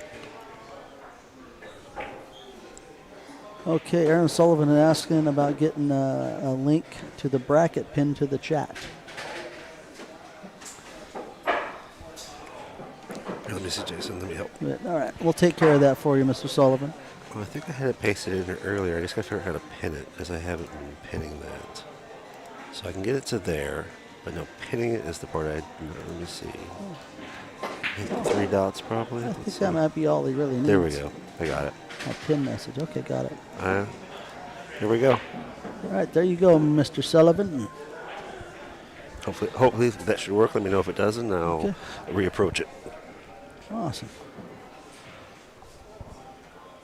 No problem. Thank you for asking for that. I didn't realize you could pin it either. So. Do I need to do anything on this? We're good? Okay. All right. Still watching. Bejoy looks like he has a decent out going here. He played really good against me. I have to applaud him. But then you go and play a guy like Sean Lewis, and it's just a whole different setup.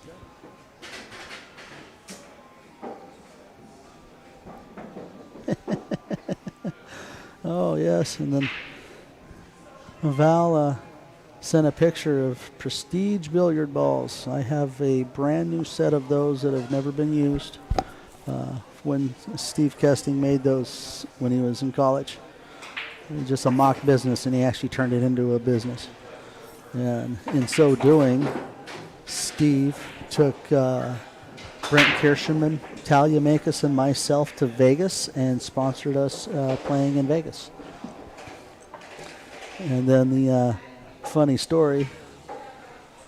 Yeah, I see him, man. The funny story behind all that is we got down. Said Steve was a little bit low on money. He went over and he started playing roulette, and he kept us fed and got us home on it. Well, it looks like Holm won his match, so it looks like it's Clay and Steven. Oh, sweet. I don't know if they're coming over here to this table yet or not, but I would hope so. Very good bank shot by Bejoy here. Be a really nice match to get over here on the stream. You know, when I've been watching other matches, I've never been able to put a picture on any of the chats. I just make comments, and you know how you do pin the tournament link and all that stuff. Yeah, there's just different features you have left to learn how to use. All right, it is now 4-1 with Sean Lewis and Bejoy. Bejoy with a nice out.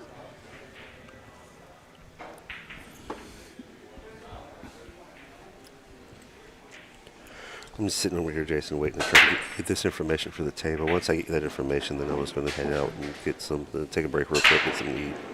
No problem. But it's just easier to work on this together. Yes, sir. I'm going to clear these here real quick.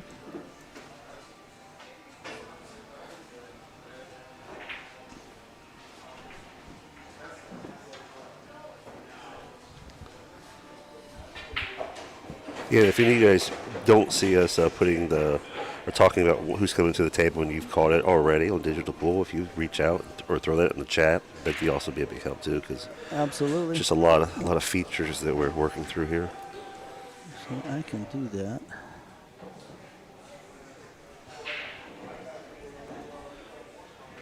I have the Digital Pool app. Yeah, I do as well. It's up on mine here. Let's see.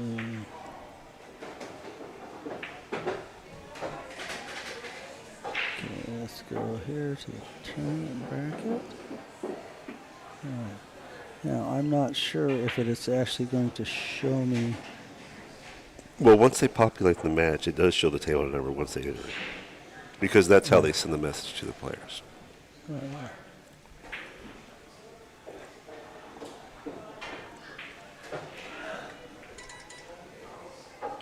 Oh, my match has just been created. All right, so it looks like you're going to go play, and I'm going to take over the helm.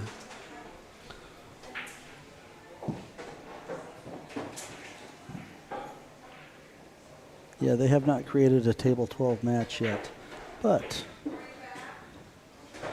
I have a match that was just created. Let me pop off of there and go to my digital pool and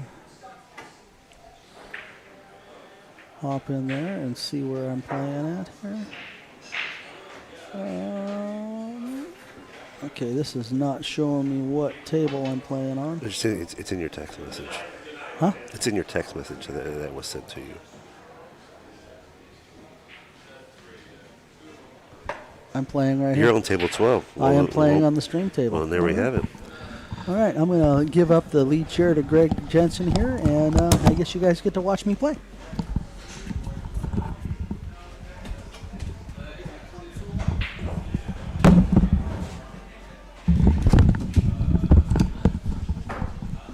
All right, hello everyone. I will leave this match up for just a moment while I get this all dialed in with the digital pool.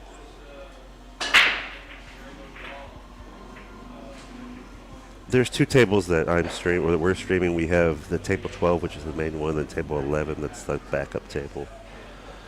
I think there are other players with their phones and other devices that they're using.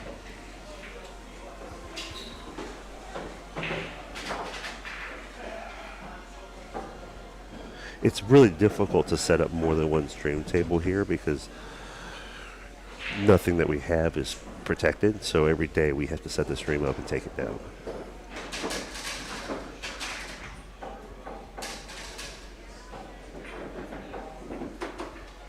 And you could imagine that's not the easiest process, but I've actually created a portable streaming setup that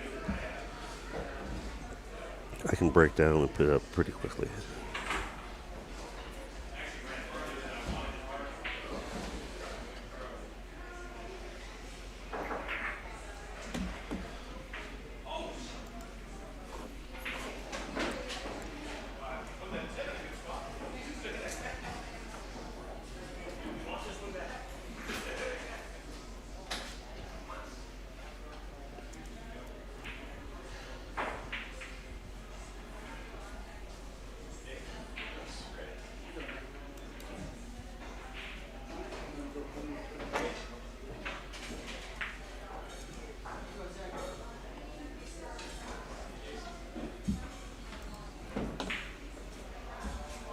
Alright, we will switch back over here. Get our scoreboard up. Get ourselves ready for this match.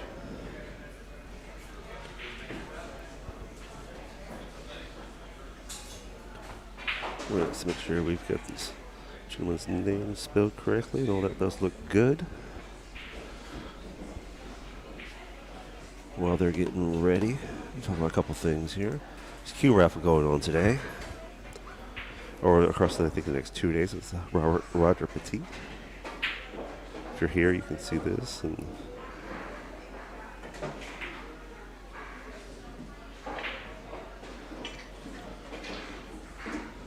all right. Looks like he's hitting a couple balls while they're warming up. And of course, this is a big part of the reason we're here today. 2026 honorees. And last night, I believe I ran into Matt James Gross, which I unfortunately did not know, but his daughter was here, and she kind of gave us information about him and how he was still doing pool stuff within his 80s. So there's still a lot that can be done there.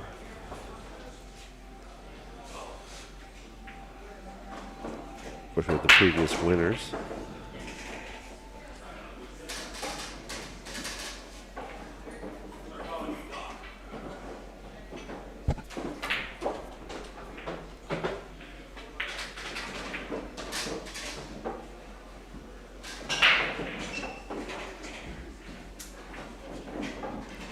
Daniel here today, Laker nods.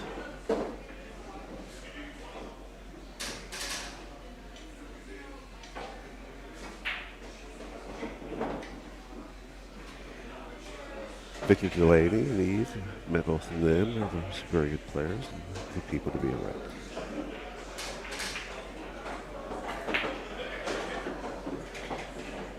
Todd Shirley's here, and we were saying he's also sponsoring us, and you've seen some of his commercials, and he's doing, many things for our community as well with his instruction and his hot shot assessment, and that's something that I'm going to be doing here in the future too, just to get a grasp on it, and just kind of see what he's doing with that, and see where my numbers are for his hot shot assessment. And be a fun thing to do. I think it's like 300 something shots in this deal, and he says based on the percentage you make them and stuff, and that's the number he'll give you, and you just see what he can do to maybe help you improve. Because as we all know, no matter how good we are, we're never good enough at this game. We always want to grow. And all the information you can also find if you go to susandeb.com. All the past stuff, future stuff, and what's going on with this event.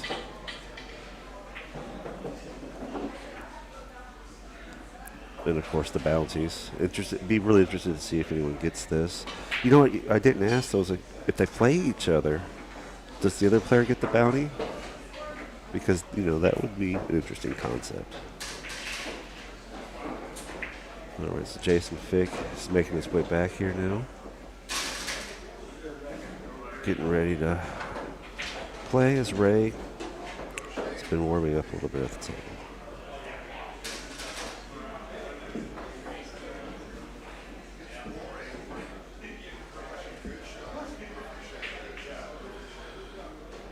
Looks like they're getting their digital pool app lined up and get ready to lag. Let me go ahead and reset those scores as well. Get that right. All right, here we go. Jason on the right, Ray on the left. Lag coming in. Jason does get closer.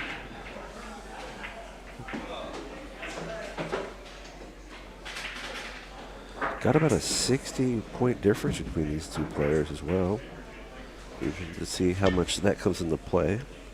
Expect to see probably a couple pretty good safety battles. The 500 level players don't always get through their runs as cleanly as the 600, especially the mid to higher 600 level players do, and so you end up with some safety battles. Don't know much about Ray's playing style. Obviously know a lot more about Jason, but Jason kind of gets in those safety battles and starts looking at that free foul pretty heavy, and he can tie balls up pretty tight. So, but if Ray can kick or produce any sort of feedback or counter him, then these things can get pretty tight and interesting.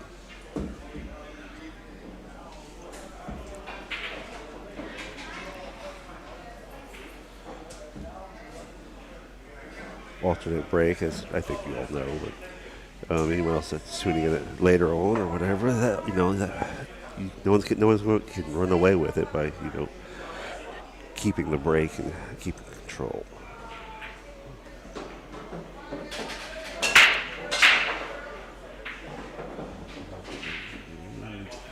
Scratch on the break, pots of ball.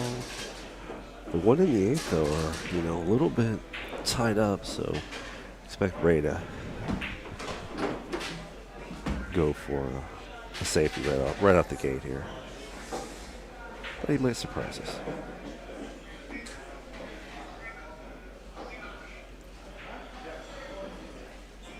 There's room to really get the 1 by the 8, so you could tie it up on the 8 and hide the cue ball down table. Just trying to make a clean decision here. I think that's what he's going to try to do, is just try to squeak it behind the 8. Send the cue ball somewhere safe. It doesn't quite look like he's going to get what he wants out of that. So he opens the table up now for Jason.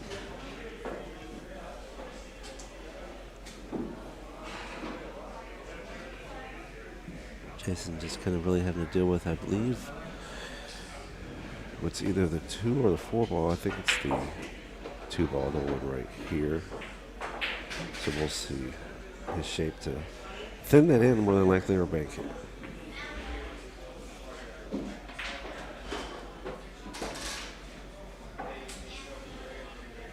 He might be going right after a safety right here out of the gate, just so he doesn't have to deal with a shot percentage he doesn't want. Yep.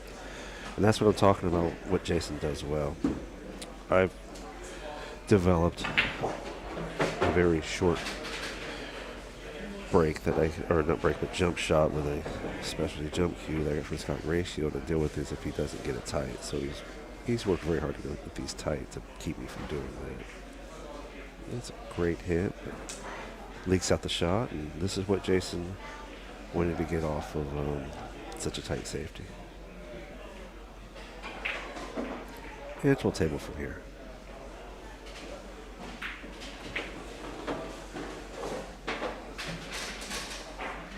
It's there.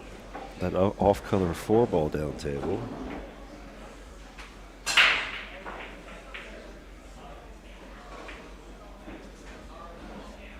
Pots the 3 is going to come across table, I believe.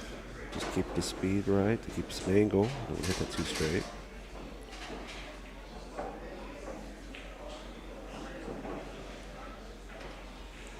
Might come around a couple rails here. Just 2 and marry up on the 10 here.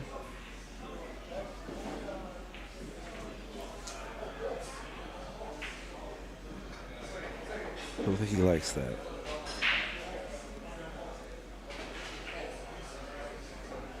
Question, does he have enough room to get some swerve angle around the 10 without impacting it? It's greasy cloth, so that does bode in his favor, and that's exactly what he's going to try to do here. He does impact it, but finds the pocket. Might give up the table a little bit here if Ray can focus up and pot these balls. Ray just, has to understand focusing on that 9 to 10 ball transition angle. The rest of the balls pretty much take care of themselves.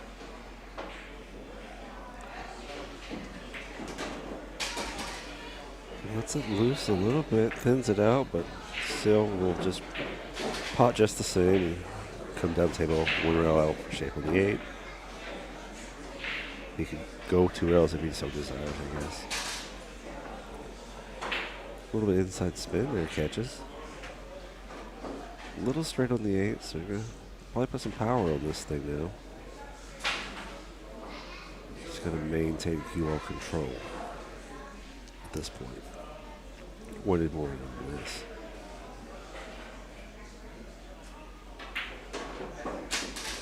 Spins through it. Gets the angle. He should be able to get shape on this 10 ball now. Might be coming back to where he's standing for shape on the 10, but he's got options based on his creativity or shots he likes. Watch the pocket. Watch the pocket. No, it does not go well. I thought he'd have a little more side spin on that. See, he's going to give that to Jason. He realizes he should have made that. And ball in hand, Jason's unlikely to miss that. All right, so alternate break rack around, as those that have been watching know. The rest of us are going to just keep watching.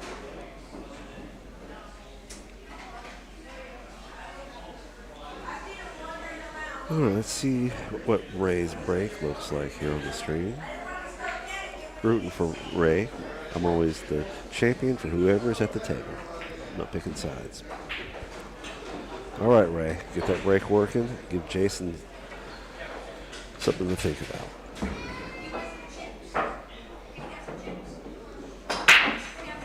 Nice power. Get in the side, oh, he almost got in the side off twice, but didn't get there. Got the corner, though. He got shape on the one. I believe that could be the 2-ball down here. Right here, if that is the 2-ball, then he's just got a nice angle to come this way through here. 2, play the 2 off the ball into the pocket if he wants to, or come off for shape. He's got options. Spin it to win it. Gets a little wild. Watch out, 8-ball. Watch out, 8-ball.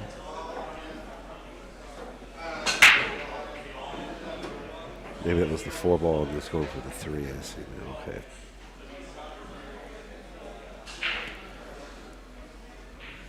Ray has a jump game. You might see an aerial assault. I think at this point I'd be jumping this because I just don't really want a lot of those kick angles. And see what he gets. Goes rail. Yeah, that must have been the 2. He ran into it. Stayed out of the pocket this time. Gives Jason, though, a table that he could go to work on. He's going to just pay attention to that 4-ball there. And he's just looking to see if it goes past. And apparently it does go past the 6-ball. Hits it big, gets it up. Hits it big, gets it up. Just come off the rail. Shape that 4-ball. Keeps an angle on the 6 to get to the 7. Whoa there. Got a back cut. Might run into the 10-ball here. Unless he wants to try to go downhill or do something else with it. Oof. I think he was just more focused on getting into the next shot. Kind of didn't quite get there. Ray's got a little trouble, between this 4-6 transition himself. 8-ball's in the way a little bit. I mean, there's a lot of shots there. It's just, you just got to make sure you get it correct. And nice spin. Really, I don't believe you get that shot to do that the same way if it's not this new felt. This is brand new felt on these tables. You can still make the ball curve that way, but it doesn't do it quite that easily. Pretty straight here. Cheat the pocket, go forward, draw it back, shoot the 7-up table. Sky's the limit.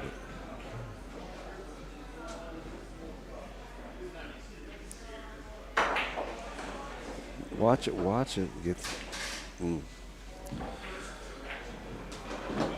Good way to go at it, but it's just one of those things that goes that way. And kind of the difference too of, maybe some of it's, you're on the different felt, the new felt, you're on the stream, so changes things some days.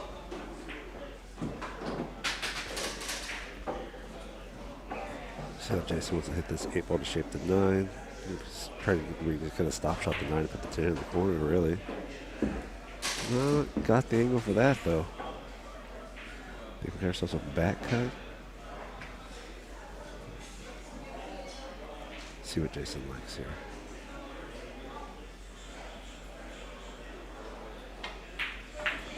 Drills it 2 rounds around. So that's a nice little shot to put on that. To get shape on the 10-ball.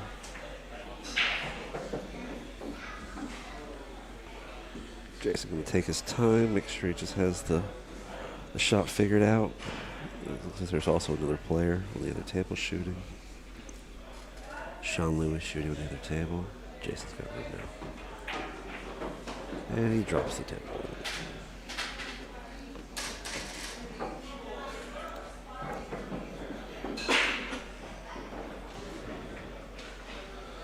Alright, so Jason up 2 right now. Ray's starting to probably think about some of those mistakes and how to pull them back. I think just taking a little more time and evaluating how the cloth is going to react in comparison to your stroke could bode in his favor. And maybe that's some of the stuff he's just considering, just changing a little bit of his momentum into what he's doing. We'll see what happens. Jason's break has been producing fairly decently, so I would hope to see maybe another decent break here from Jason.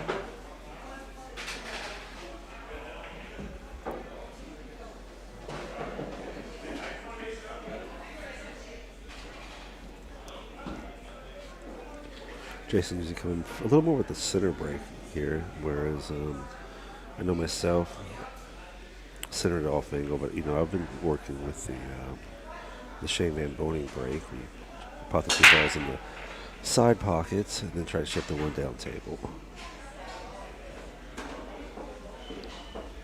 And it looks like I am been signed to go play as well, so I'm going to try and see if I can't grab a different commentator. Otherwise, if anyone in the chat could help us by just keeping the score going as this is going, that would be wonderful. And we'll talk to you guys again soon.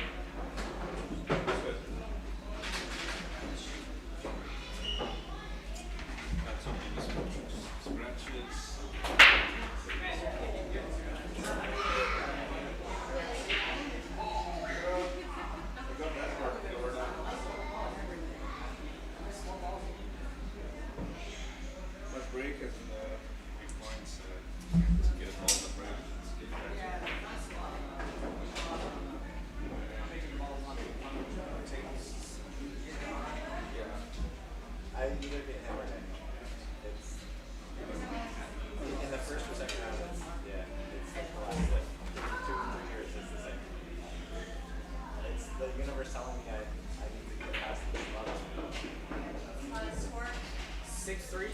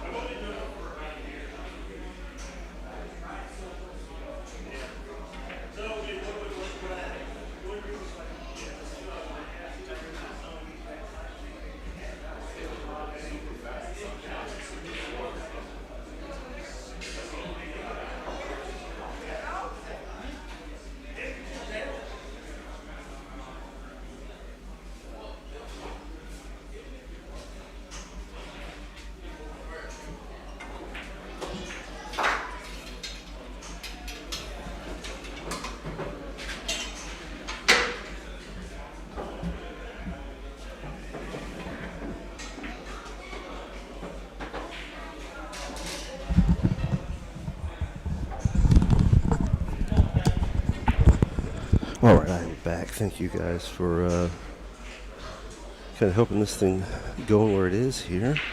Looks like it's 4-3 Jason on the hill. Jason gets around to get this out. Apparently that's going to put him in the winner's side there. Or the winning side of this match.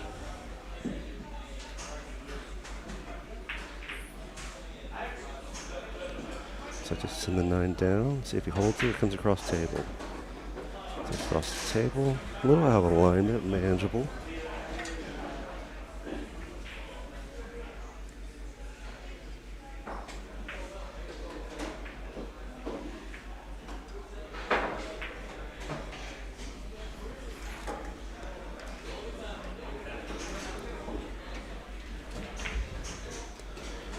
Jason gets it in, doesn't miss the pocket, and it does. Jason Fick to stay in this thing. All right, so congratulations to Jason Fick. And I'll start checking on these next matches and see where we're going.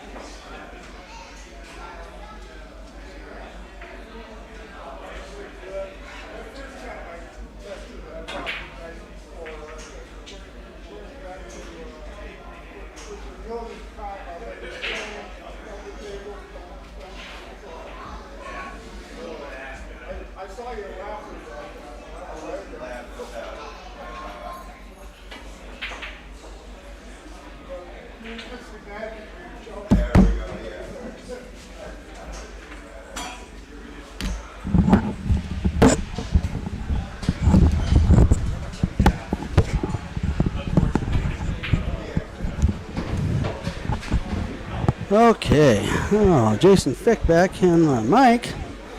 Man, that was not the most satisfying of performances for me. I still got the W, but I think I played down a little bit and a little bit jumpy. But I got away with one.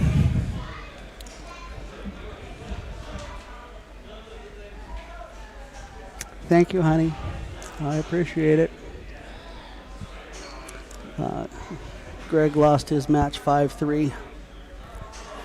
And he is out. He's going to go get some food, something to drink, take a bathroom break.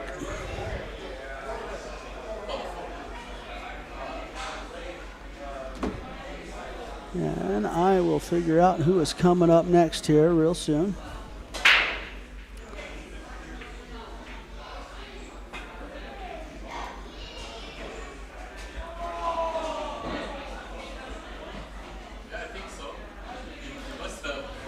And that was supposed to be a race to 5, not 6 there. B-side matches are now a race to 5. A-sides are still a race to 6.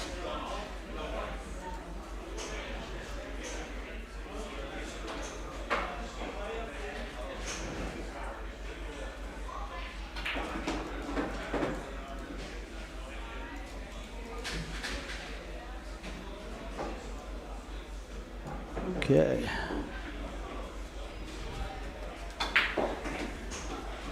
Get back on digital pool and see who's good. There's a large half pepperoni pineapple, half pepperoni pizza coming over here. Ed wants some, and you can have some of it. I got it for us or whatever. But, A big. A big pizza, a large Okay. pizza. So there's just food coming, and then Okay. you don't seem to be like you're too picky most of the time anyway. No, I like pineapple. I like pepperoni. Okay. Yeah, it's gonna be over here, and Ed's gonna come grab some. Ed. Ed Slade. Okay. Okay. Sounds good. Mike's coming back home. All right. Greg muted the mic there for a second. I'm going to check and see. I wish we had that match over here. Table 5 is Clay Belvoir and Stephen Holm. That would be a real good match. So it looks like they're starting some A-side matches here pretty quick. Hopefully we can get a little action up here. 3, 4, 6. Could I get some Sprite or something? What? Some Sprite or something? I'll give you water. Okay, I've been told that I'm getting water. I don't get a Sprite.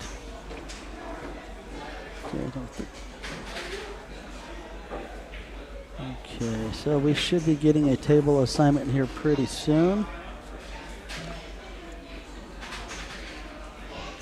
Okay, now let's just see.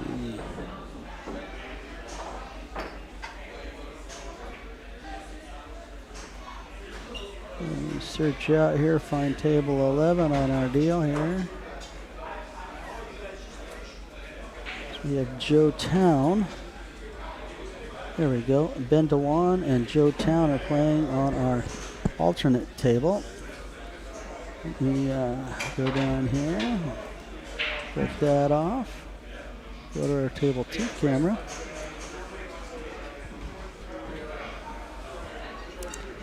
And watch a little bit of this. I will wait for the digital pool brackets to pull me up on the next match.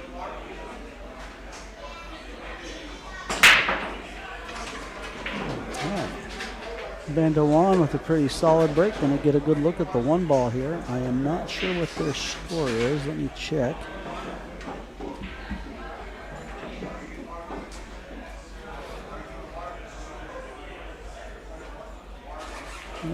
It is 3-2 Ben DeWan. Joe Town has 2 racks, Ben DeWan has 3.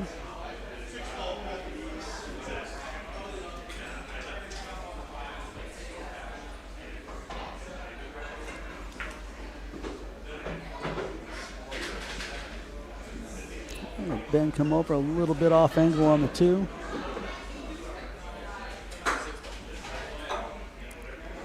Looks like he'll be able to push the 6 out of the way.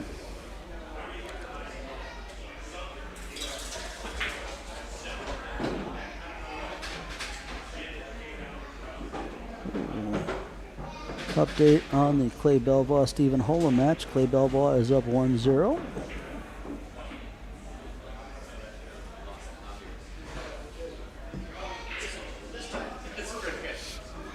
I just have to wait and see who pops up for our main stream table. So right now we're going to watch Ben DeWan and Joe Town. Ben DeWan is wearing the glasses. Joe Town is at the table right now.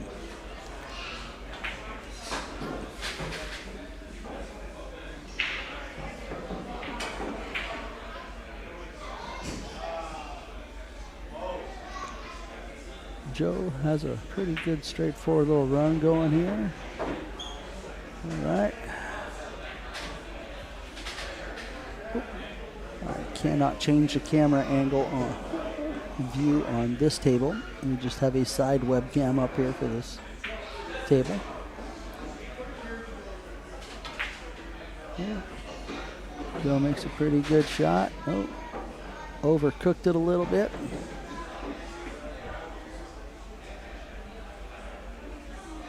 Most likely he will play safe here. He's got a little bit of space. He could possibly roll the 9 forward to the rail. He's gonna play a bank shot.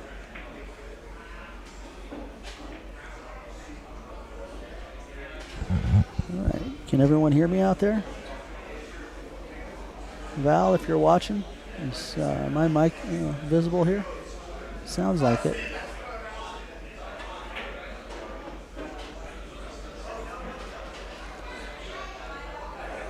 Oh, Joe's praying, and then he kisses the rail. Okay, he fails to hit a rail. Thank you, John. Appreciate the feedback. Ben DeWan with ball in hand on the 9 ball.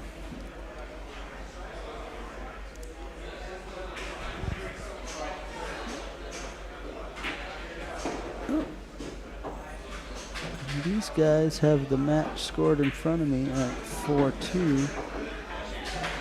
Okay. Ben Day-1 looks like he took down the match 4-2. That's correct. 5-2. Yeah. Okay. Digital Pool had it at 3-2. Okay.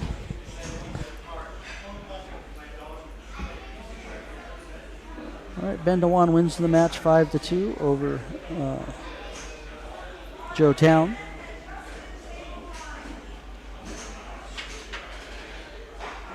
Okay.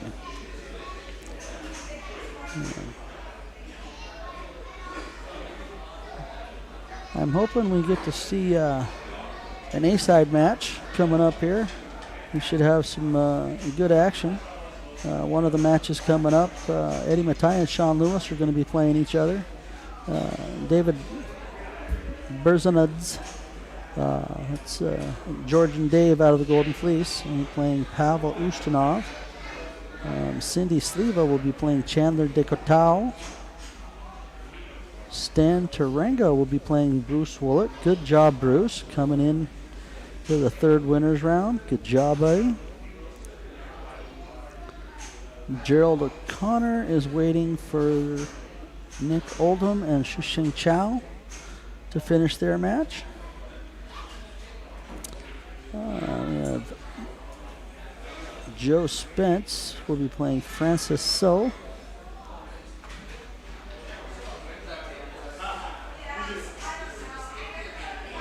Okay. Daniel Sardencio is waiting for the winner of Justin Rutledge and Mark Impson. And that is our next round of winners bracket. We have some tough players sitting in the B side. Vito Attendido. He's playing Scott Barnard. He is down 1-0.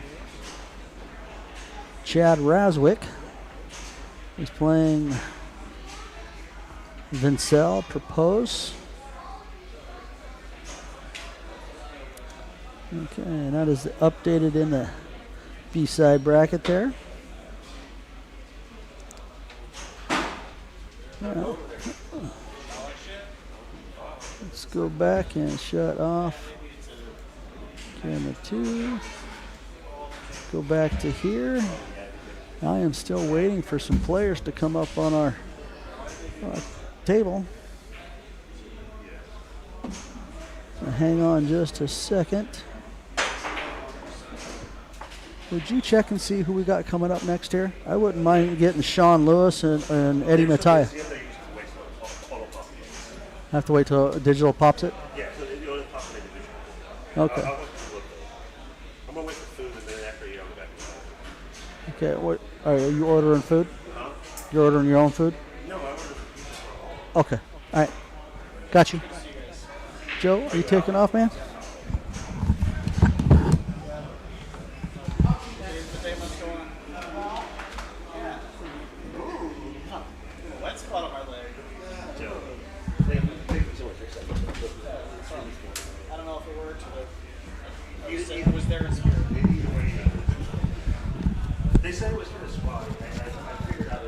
Okay. I have to wait for Digital Pool to pop up to see who we're going to have. Oh. I just...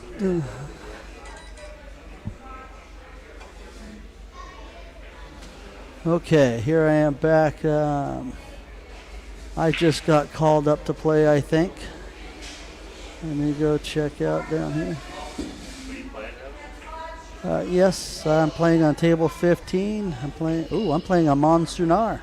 Ooh, that'll be a good match. All right, folks, if stuff doesn't go well, I will be on target and be back in here for the rest of the day talking to y'all. Right now, I am signing off. And I'm going to go play a match.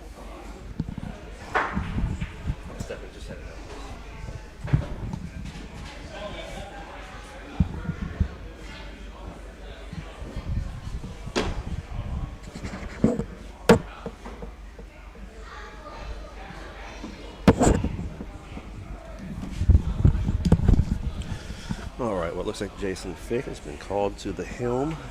I'll play a match, so to say, I guess. And I'm going to finish trying to figure out where we're at with the digital pool.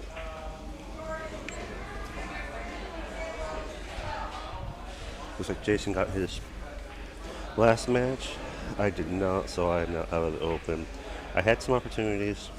I was up, but I ended up losing 3-5 after I made just a few little mistakes. It didn't take much, but playing an event like this, it doesn't take very much. Joe Town came over and said goodbye as well because he did not complete his match. So that's where we are with those things. We'll see how Jason does with his situation.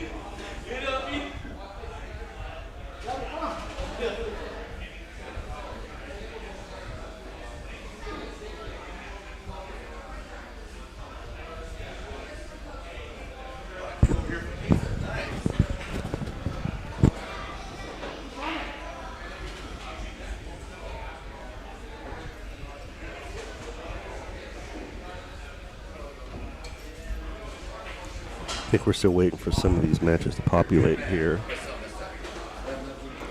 in digital pool. So if anyone else sees it come up with table 12, we know what we're trying to get after here.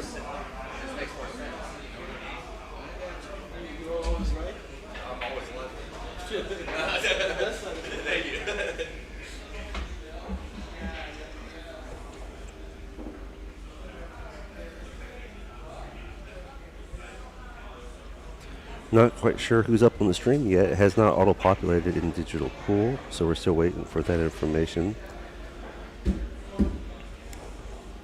Trying to pay attention to the bracket as well as stay active here on the stream.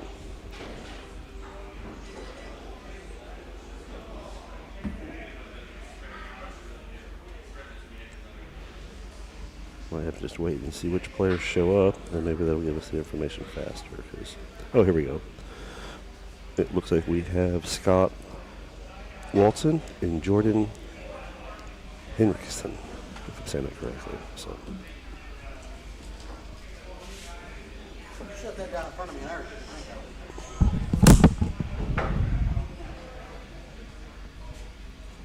No, I switched them out because I was sitting down and I was going to drink water. None of these have ice in them. I switched, well, mine was over there and I switched ours out when I sat down. I know that because I did it.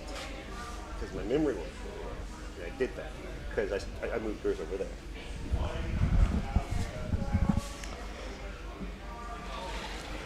All right, so bear with me for a few moments here while I work on getting these players information in there.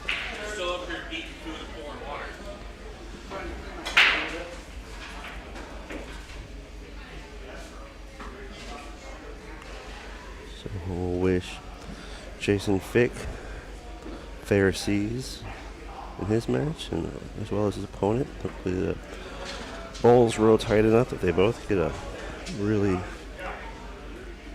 close match.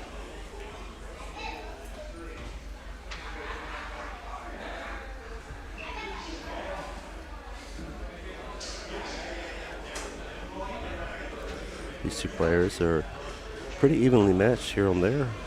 Far goes with 508 and 506. Double check to make the spellings correct here. Scott Walton 508 and Jordan Henriksen, if I'm saying that correctly, and I really hope I am, at 506. So hopefully they should be making their way over here any moment.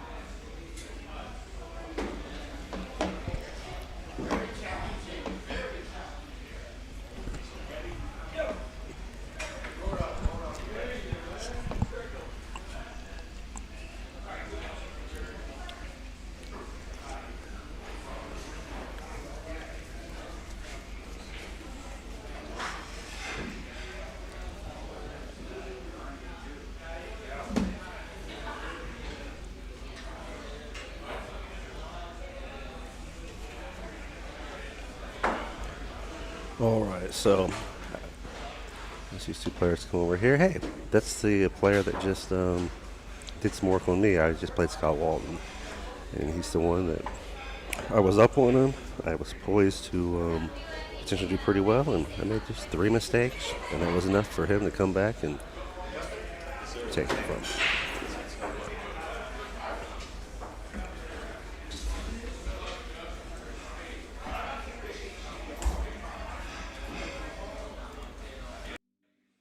All right, now we're back. Looks like we have Scott Walton and Jordan Hendrickson. Actually, Scott Walton is the person I just played that. Oh, we went back and forth pretty good. I was up on him a little bit and then made just 3 mistakes, and that was enough for him to come back and take it back away. So let's see how well he performs here. Against Jordan, pretty equally matched Fargos here. Now, Scott had a pretty fluid stroke, so I expect him to continue that and put together a pretty adventurous ride because he made some phenomenal shots and shapes. Let's hope Jordan can keep pace and will control the table enough to get some excitement out of it. So it was Scott Walton, I believe, that just broke. And Jordan would be the other player. We'll see how Scott starts out here. It looks like he's got to look at the 1.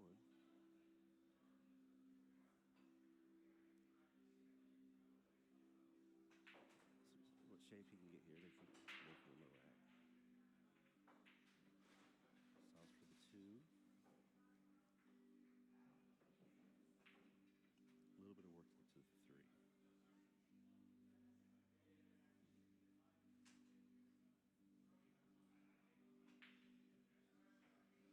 Does have some angle. Might be drawing this back a little, yeah. Just got the 4 down table here. It's off color. I'm gonna try to figure out what he's going to do to get shape on the 4. He might just slow roll, kind of pop the ball on the side. Of course, from the B side here, this is a race to 5, not a race to 6.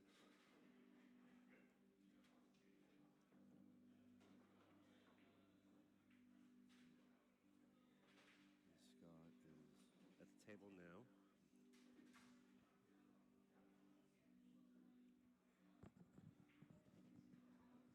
Scott got shape on the 7. He's going to shoot across the rail, and he's going to come off the table, get a wide angle on the 8. But if he gets it down the table, gets across, get the angle on the 8, he should have nice shape to the 9-10. Probably put the 10 back where the 8 ball is. No, as well, Scott was just playing on a table with more worn felt, and this one has the slightly, well, it is brand new felt basically. So he's making good adjustments really quick. He's got a good angle. I've not paused my sound, but someone's asked me if I've paused my sound. I have not.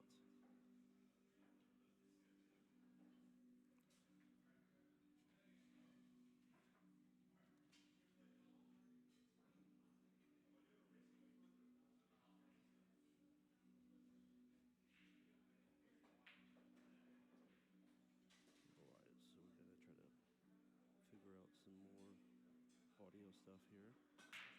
See if that's any better. Hopefully I can be heard out there just fine as we're going through this. Alright, so pot's the 10 ball. 10 ball looks good.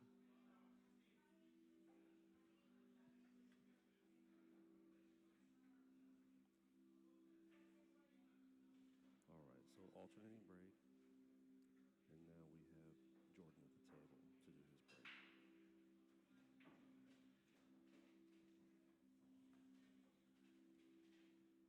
Being asked if I paused the sound. I have not paused the sound, but I'm checking to see what's going on with it here. Is this any better? See if one of these is working better than the other.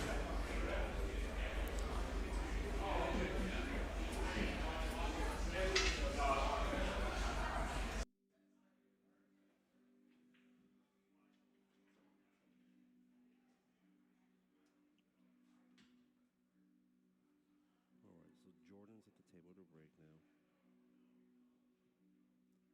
Maybe having some more sound difficulties here as we're coming through this. We'll see if it can be heard or not as we make adjustments.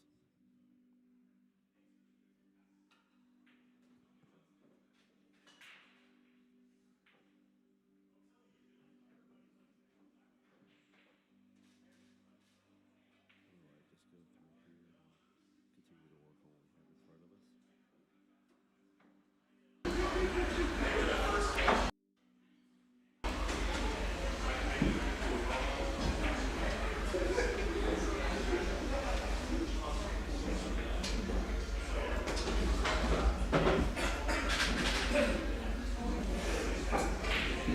Shows like we should be good with our audio here. Just continue to make some adjustments to see if we can't get this thing operating correct. Alright, so here we are now. Can I be heard out there? I don't know. Apparently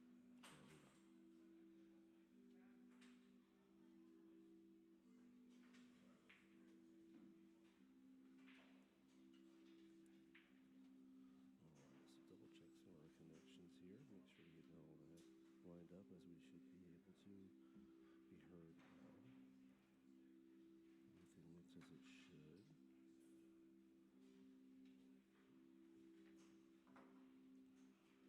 Turn this back up some more and see if that helps. But no more feedback now through the other audio again. So we have to go through here and see what happens.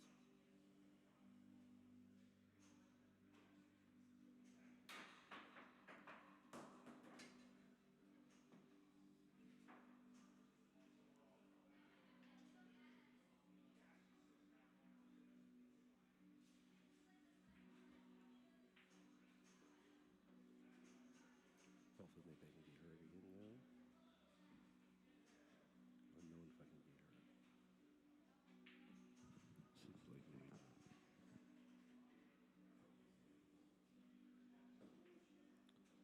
So let me go switch this back over. It's different audio feed. Let's put it in here. See what happens. See if this is a little better. Alright, so now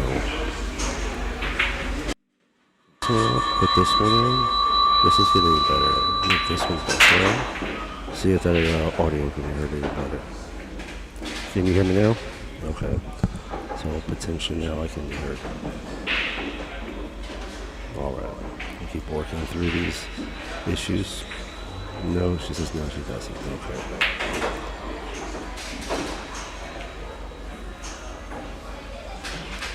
I don't know. Let me go.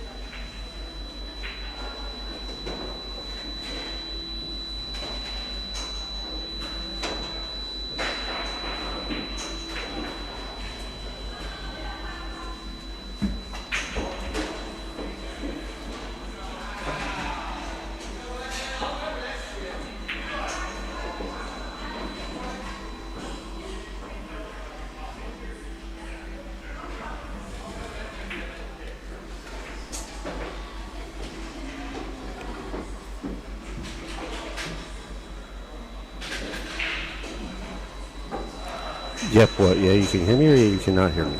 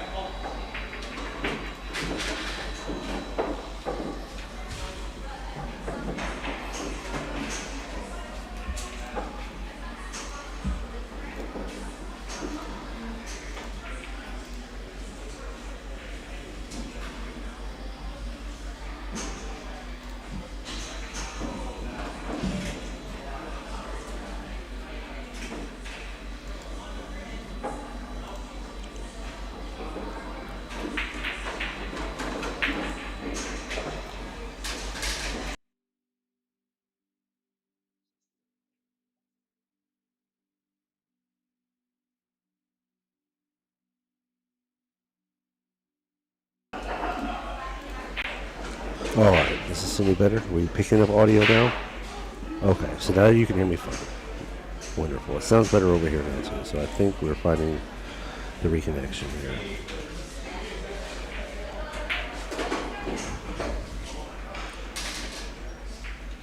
All right, so hopefully the volume now is as it maybe should be, and we should be back where we need to be. Just some more difficulties, I think, between all the people coming over here. Maybe some people hit some of the keys, and it's changing some stuff. High-pitched tone in the background.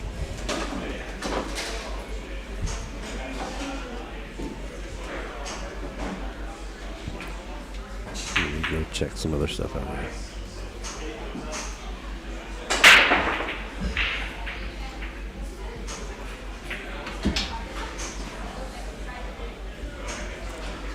Well, I think I see some of maybe what the situation could be.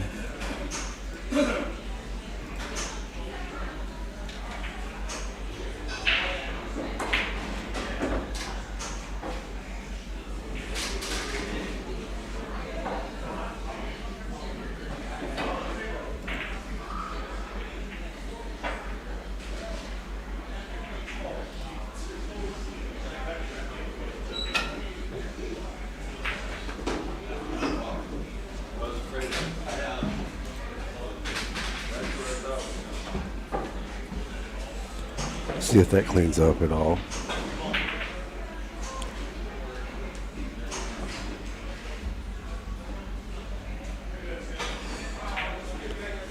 I don't know if the pitch noise was from the room or not. There was a lot of activity all around the front area, so hopefully now it's quieted down. We should be good to go now, hopefully. It also, apparently, I have my own background music that I put on, and that was gone, so apparently someone shut that off. But that might have been adding to it as well, so cool. All right, thank you all for working with there. Anyone's, where we at with the match? If anyone saw, I'm sorry, my eyes were elsewhere.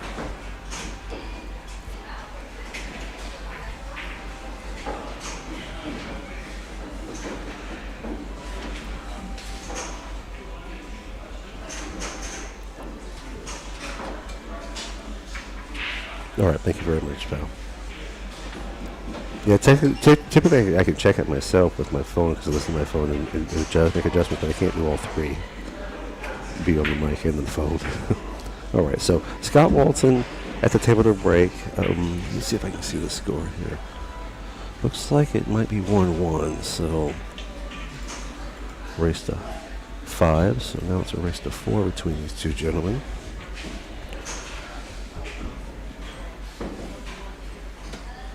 We'll continue working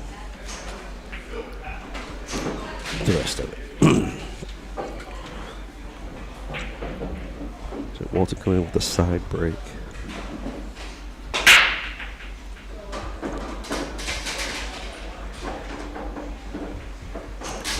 Caught several balls. Does he get good shape though?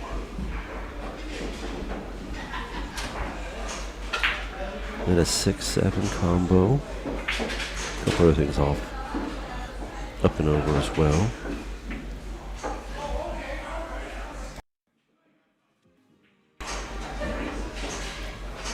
Alright, so I'm going to take this off as well.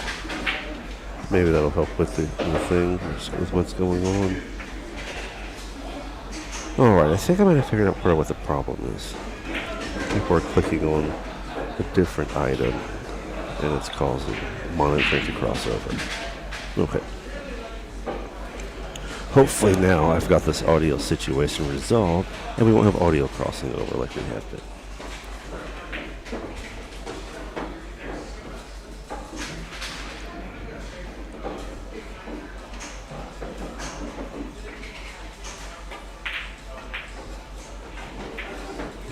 Check the setup one more thing and see if this works still or not. Okay, so it does not. Alright, got it.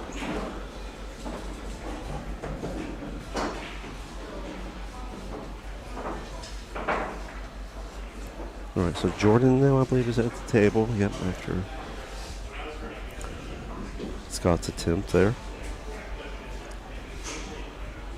So 1-1 as they work together here.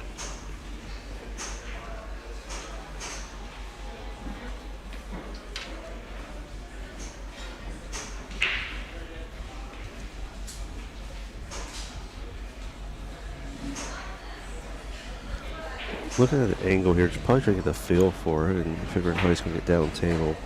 Or I believe it's the 5 ball. The 5 ball being down here. Thin cut.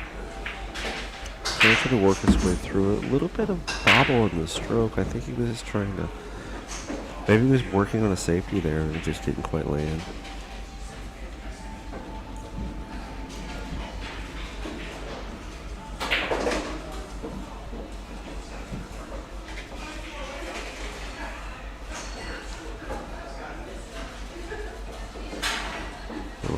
So now Scott back at the table.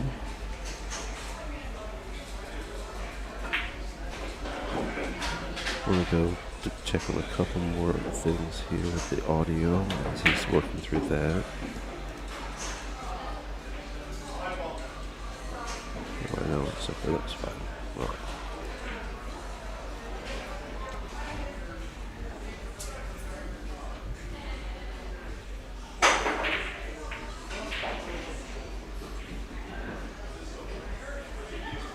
Alright, so Jordan now looking at the table. Still got this 6-7 situation over here that we're...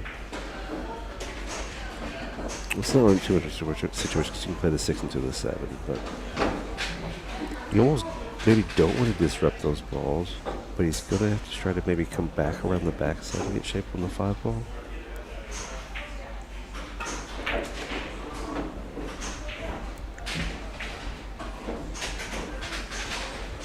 Does get a safe out of it though. Now, however, what I saw from Scott were some really mighty kick shots. So I wouldn't be too surprised if he does do, some level of kick shot here.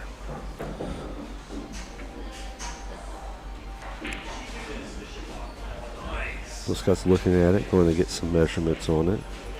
Got Ed Slade over here by me. Ed, you gonna get on the mic a little bit? You gonna get on the mic a little bit? Might get some Ed Slade on the mic. After he gets done having a little bit of lunch.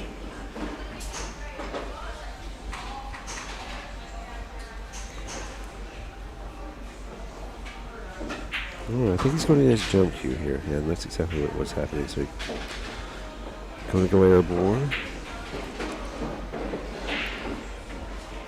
As long as he gets contact towards the left side of the ball, he can hold a little bit of angle and might be able to even pot the 5, but he's going to foul the ball and make the 5 a little more potable here, especially with ball in hand.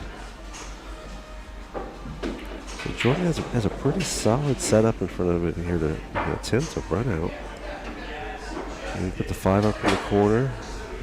Sorry, put 3 in the corner, 5 in the corner.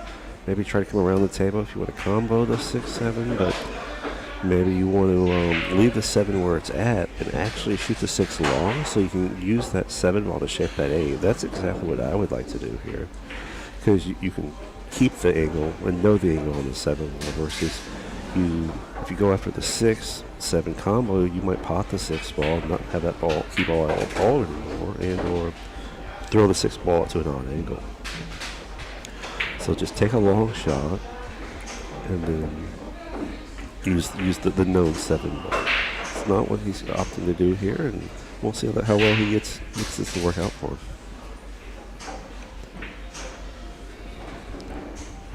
Keep it light here. Don't let it go too far. All right, he stayed in it really well here. Just come off the edge of the 6 ball and shape the 8. You got a lot of options to get to the 10 ball with the 8, so you don't have to be too maybe rushed in that just a little bit too much, a little too confident. Can't say we are all guilty of that, but that is the situation that we're looking at there. And so now Scott's got a back cut angle on this. He might just touch it in and just take the angle on the 8, which is what most players I think winners should do, but he also can maybe try and correct something, but I don't know why you want to do any of that. It's a little straight. I'd like to maybe try to get the cue ball a little closer to the 10 ball, but or keep that angle created. So he could draw this a little bit, but you want to stay off the rail. He might go big on it just to get closer shape. We'll see what he does here. Yeah, that's what I noticed he was doing when we played was that, but he wanted to, I think, spin outside more and be a little straighter.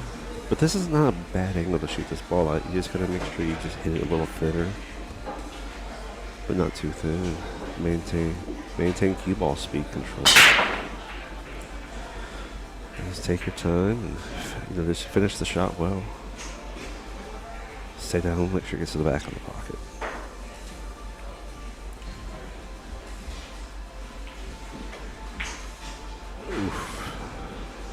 See, that's where I was talking about that. You want to hit it just a little thinner than at least in my vision. And I think many other players, you want to hit it just a little thinner than it looks because that edge of that ball is just right in its own way, kind of. So it sets up an opportunity for Jordan to take it here.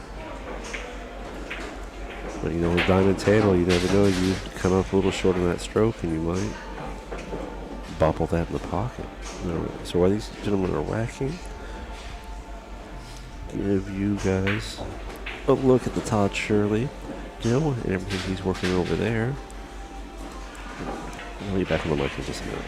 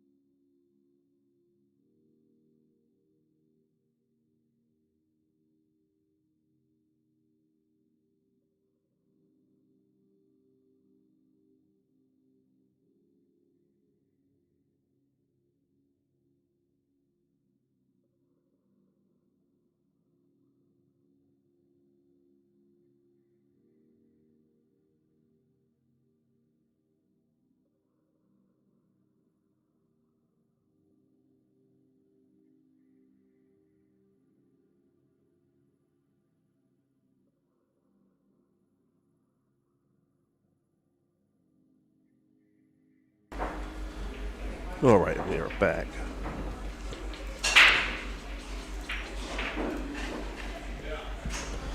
All right, so Scott Walton at the table.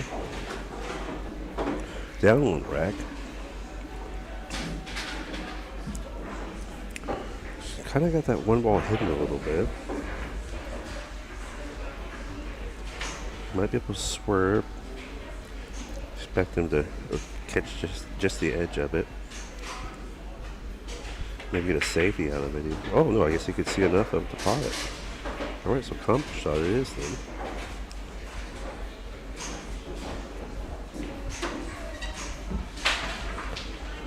Anyway, it's just gonna work on shape.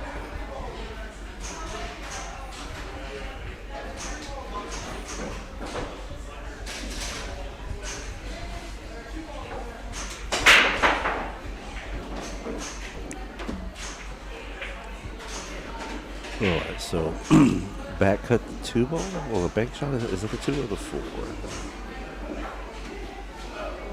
Let's see what he sees here.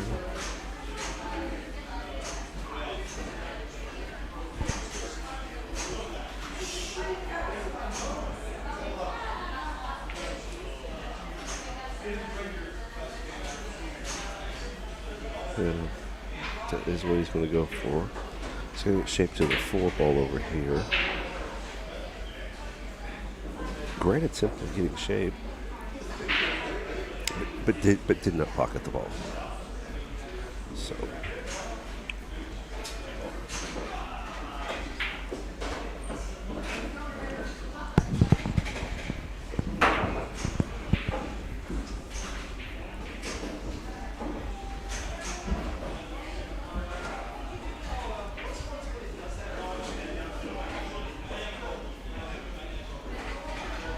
Jordan taking his time with this one. Oof, misses by a ball. Does get shaped though. He kind of sent that one with a little bit of roll through the ball, it looked like to me. And that might have made that ball kind of come offline. So you almost got to hit that shot with a pause, and then a slow back, and then kind of a pow.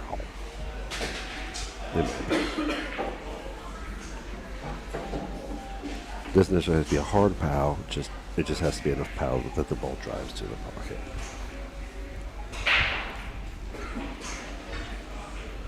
Alright, so Scott.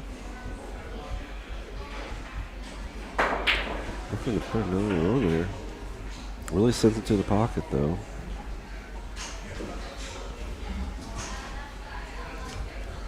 I think I'd be looking at a safety here. I think I'd like to get the cue ball over here behind the 6 ball if I could. I think there's enough room to do that. You might be able to send this 2 down here and get it over in this zone. So it's a real possibility of where you can position and play a safety here.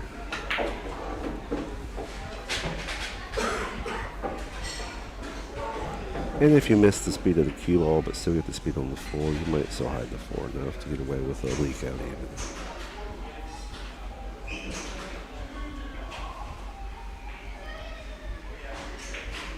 He might just be going for the bank. I don't know if I saw him call a pocket.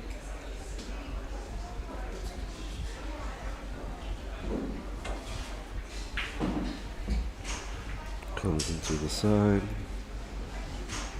Rolls down table.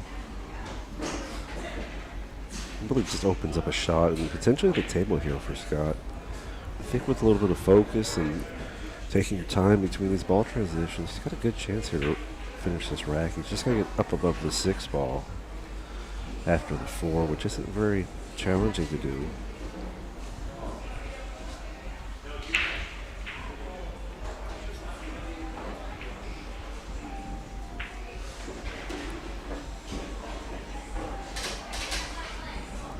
Taufster comes in and says, poor standard this. Not exactly sure what that phrase stands for.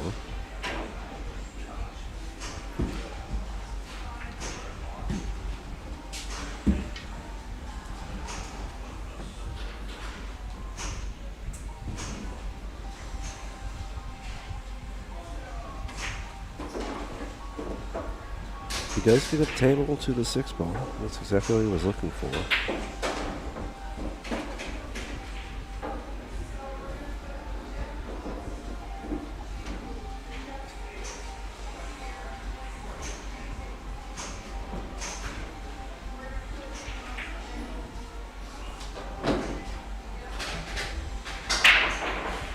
Oh, I see. No, he didn't quite get to the 4 yet.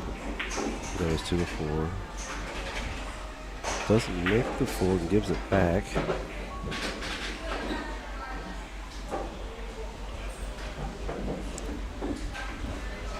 The angle he has here, I might expect him to do some bottom, come up, draw this back. Either bottom with some side spin or just bottom to come off the rail and get back up to kind of where he is. He'd like to be a little better, like to be a little closer to the 9 ball, but of course not touching over the 9 ball. So that way he could shape that 7 ball or 6 ball. And then get to the 8.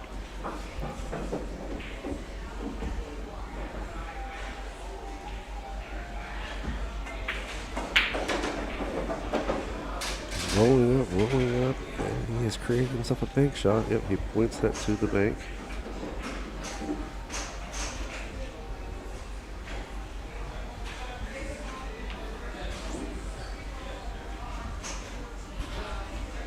Let's see if he can execute this bank and shape that 8 ball.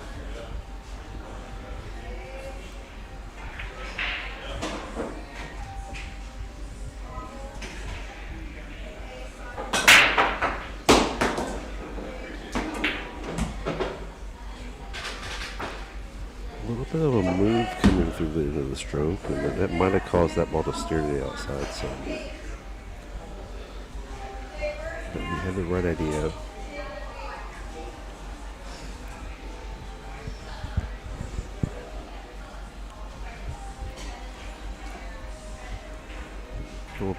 When it come inside, and come straight up.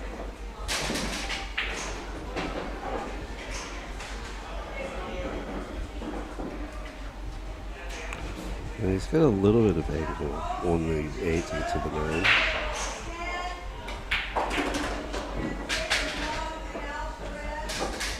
Drills that in. Keeps shape on the 9.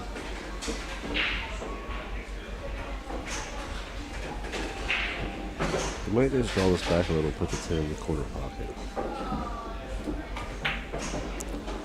He does. It's going to get a little steeper on the angle, but manageable.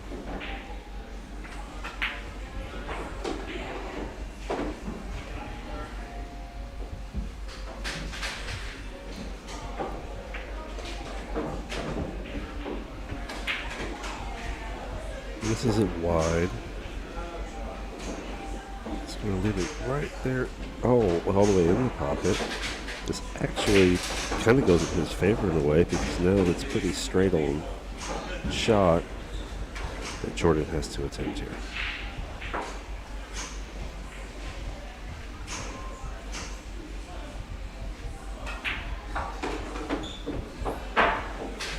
He might be banking it or cutting it to the bottom right corner pocket based on the angle that he has.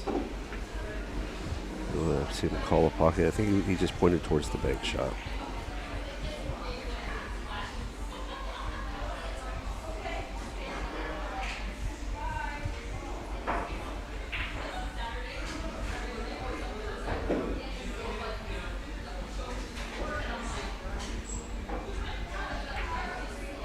Oh, he decided he called that a cut. I didn't see him do that. But did not complete the cut, so he's going to hand this back to Scott.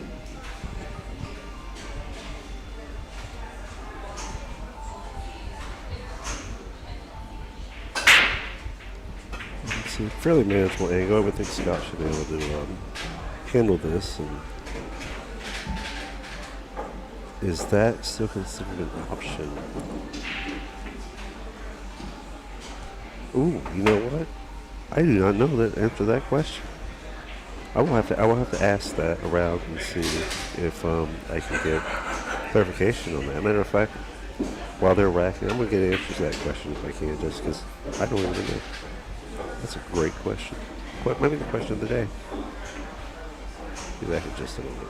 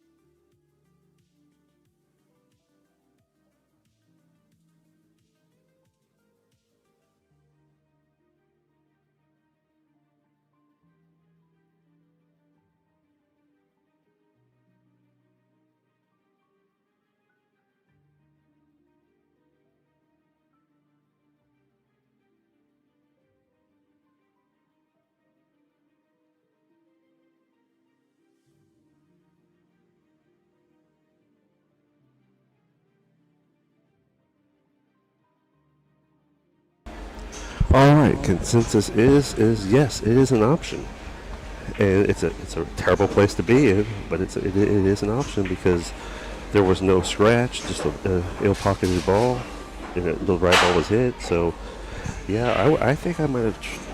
I don't know.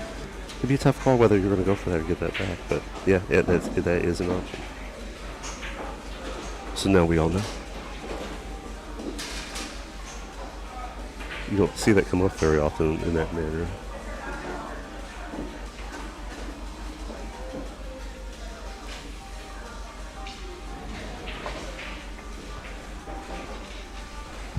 And well, they are 2-2 now, so in a race to 5. See some of the balls in the middle of the racks are just getting some angles that they're struggling to deal with here and there, but they're working their best at it. Oh, you're very welcome, Seattle. Everything I can do to do the best commentary I can and put together a screen that everyone can enjoy.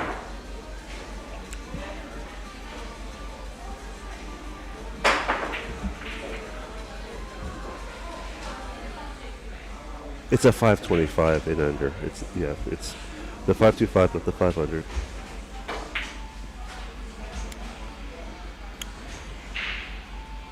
And typically what seems to happen is they'll try and get the open matches on the streaming table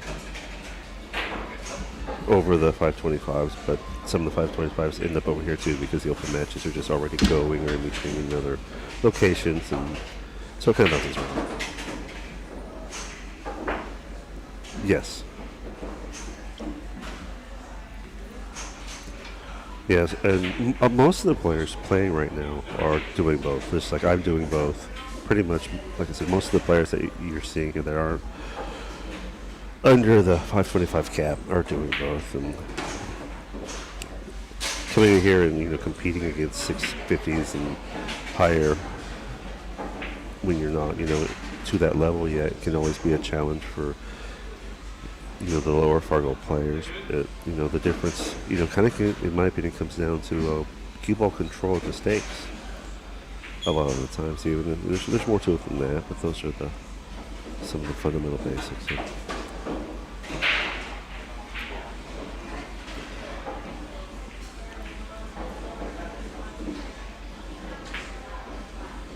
What it takes to compete, in an open like this, where you don't have any sort of Fargo rating, cab or weight and anything of that nature. But that's one of the number one ways you start to really improve, as well as you can do as many drills and small things that you want to do or practice daily. But until you go out there and jump in the fire, you don't realize how hot it really is, and it's hot. Playing some of these high 600s and 700 level players, you don't get a lot of opportunities, and you don't get much, but you get to learn a lot.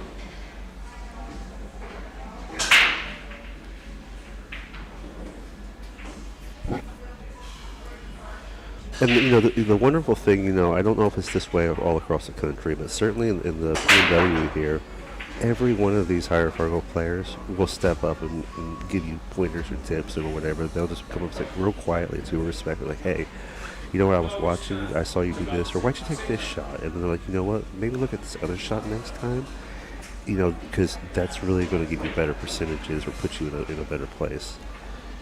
And so they're also helping to grow the players in the sport, as well. Because, obviously they don't want to just go in and just beat everyone. They want to compete. And if they don't help bring up the players that they compete with, where are they going to be? Alright, so Scott kicking at that ball there. Leaving a bank here for Jordan. If I was Jordan, I might try to look at and see if I can get a safety out of this. Try to hide that cue ball up against the 9 ball and maybe send the 8 ball around the tail behind the 10. Kind of come off the rail and get both those things to happen, but I don't know if he sees that or is comfortable with that. And there's a few other options that could be much easier. But that comes back to that ball speed control. You gotta control the cue ball. You know, you go out there and look at like Alex Pagulayan, who's a well-respected player and does a lot with his line and stuff that I also, promote. But he's got some of his videos that he's talking about. He says, what's the difference between, a 500-level player and a 700-level player? It's like the cue ball. He was like, every time a 700-level shoots a shot, the cue ball is a spot shot. It's exactly where you would put it on a spot shot. And when the other players hit it, it's somewhere near that if they're playing well. And, that's a huge advantage. And it doesn't, it wouldn't matter the shot at that point. We're not just talking offensive shooting. We're talking defense shooting, jumps, safeties, all aspects of it. You're leaving the break. Where's the cue ball after the break? A pro with their break work almost maybe points where the cue ball's going to be.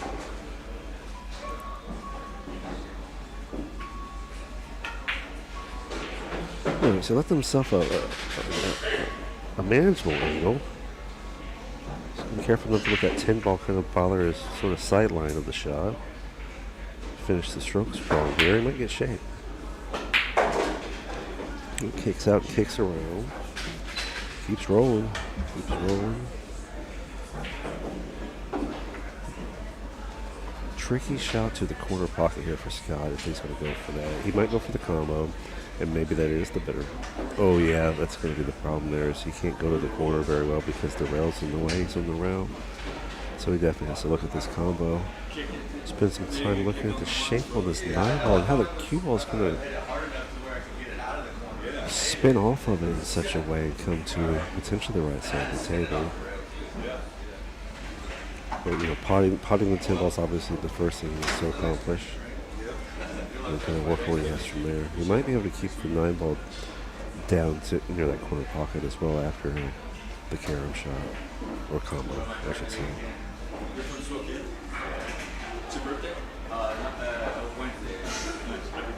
Appreciate the amount of time he's putting into this shot, showing some care for it. It's always a little tougher when the ball has to come like through here with this. That usually makes it a little tougher.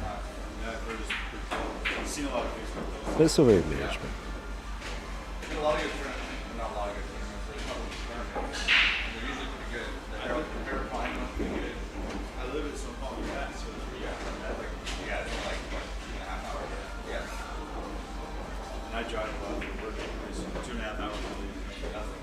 I think I need a little more ball speed than that. Could have been adjusted it thinner if there was room, or just gave it a little more giddy up and go. It was good effort either way. And Scott really just has to, if he pots this 9 and just puts a hair top on it, and hopefully he just rolls down and gets shaped at the 10 in the other corner. He's been playing pretty exotic, so he might try to put a little more extra into the shot. He does. I think that's just more one of those just take what's in front of you sort of situations. You don't want to try to get to the.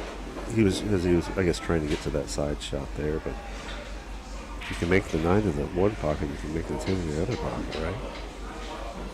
I think so. Got the thin angle here on this. See if we can kind of overspin it a little, hit the ball softer, and keep the shape underneath for the 10 ball. And overspin it to the inside so the cue ball slows down off the rail. Almost touching this shot into the spin speed through the thinness of it, not let the cue ball get out. Well, if he was willing to take that 10 ball up table, that's not a bad way to go about it either. But you gotta line that shot up a little different though. Go more for the center of the pocket, because I think anything that's coming off center into the pocket is going to do something of that nature. But he did not exactly leave Scott a free win here. Scott's going to have to probably go up and bank this, I would assume. It is cuttable, but I don't think this might be unreasonable. Depending on the skill level of thin cuts this player can create. It's often a little harder to see the speed control in those.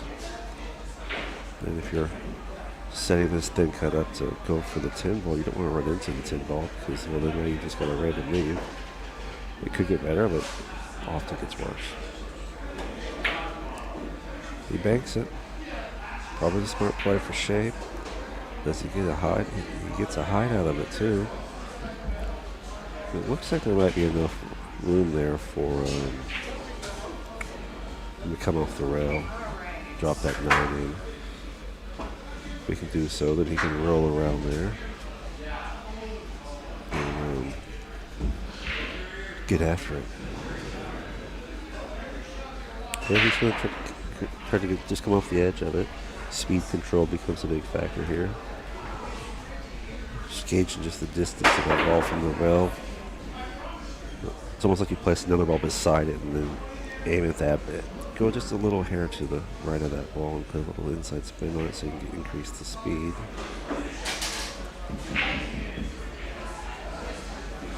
I thought I'd like him to put a little more top into that.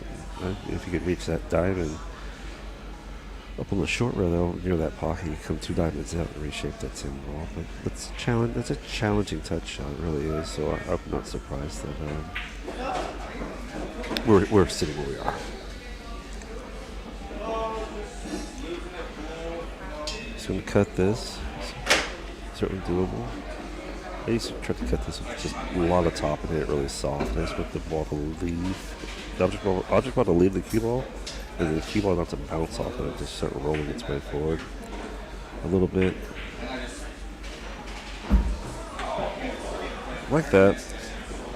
Unfortunately, that's what happened though in this situation where it wasn't quite thin enough, so it caught the edge of that rail, coming down the rail and landing in the pocket.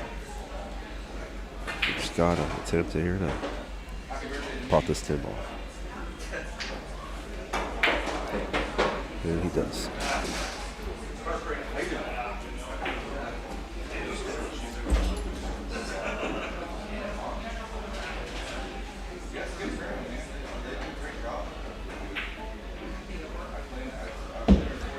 We do have the bounties out there today too, where you beat one of these 2 players during the open and you get $50. I had a thought earlier though too when we were talking about this. I was like, what if they play each other and one wins? Does that player get the $50? I certainly hope so. Because a bounty's a bounty, right? Alright, so.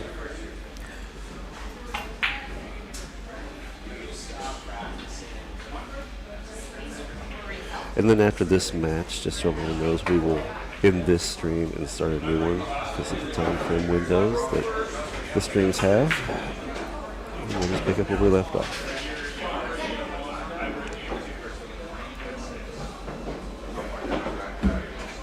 But we still got a few more racks to get through here as these players continue to fight their good fights.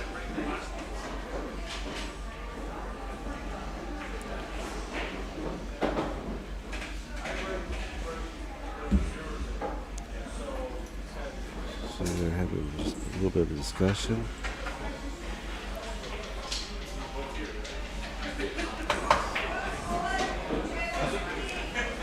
Alright, so Jordan at the table now. Getting ready for his break. Let's see what his break produces this round, this game. Going for the center break.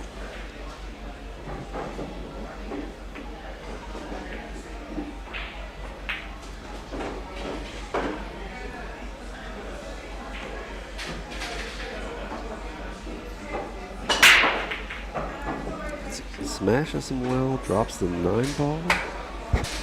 So he might get some shape on the 1 ball. With the 2 balls tied up over there, I think it's the 6-8 tied up right now. So there's that situation for them to deal with.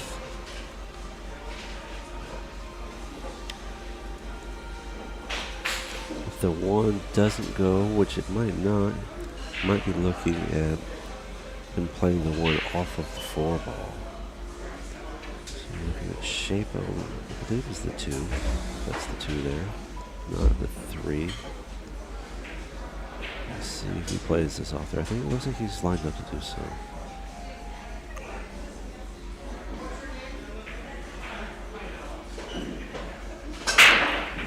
He does play it off of it. Does not hit it thin enough to get into the ball.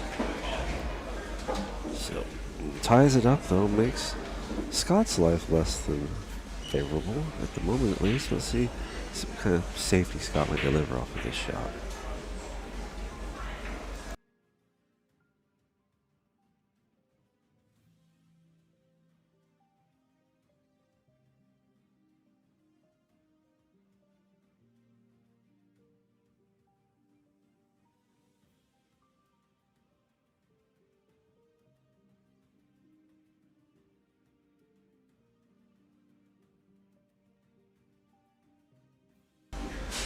And Jason Fix taking a break, but it looks like he won his match 5-3, so congratulations to him. He'll be back on the mic here shortly.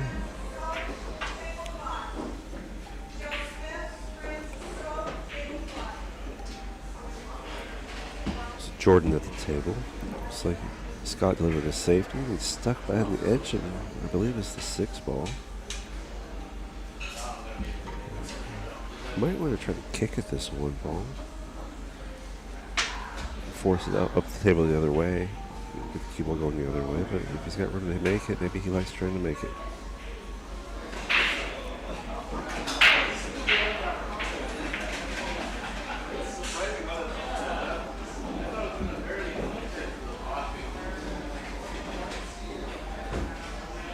That's great information. Val, thank you for that. Telling Anderson tomorrow is the 5:25 units, the race to 3-8 ball on the A side, race to 4-9 ball on the B side is what the Flyers breeds. So, some information on that for tomorrow.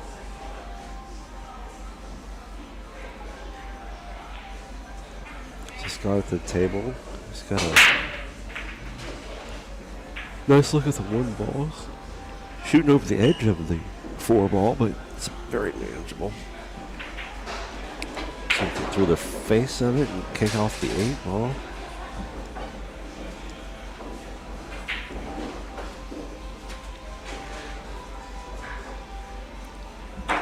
Just gonna pot the 4 ball. Or is it, no, it's in the 2 ball, excuse me. He's going long with the 2 ball. Felt like he could have rushed that shot, but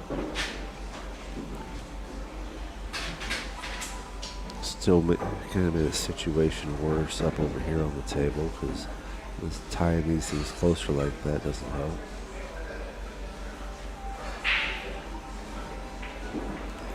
He's looking at the 3 ball here, so he's going to be figuring out shaping that 3. He's got room to punch this off the rail and draw this up. If he can do that, then he can easily come from the 3 to the 4. So.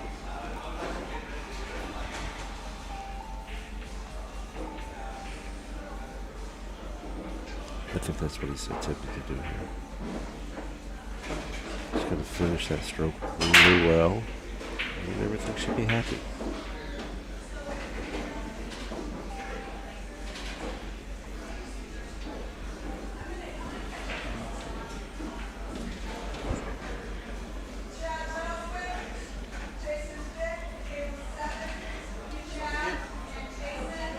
Looks like Jason just got caught up again, so he's going to be right back out there playing one more time. And it's the nice thing about being on the B side, though, is you get to stay hot.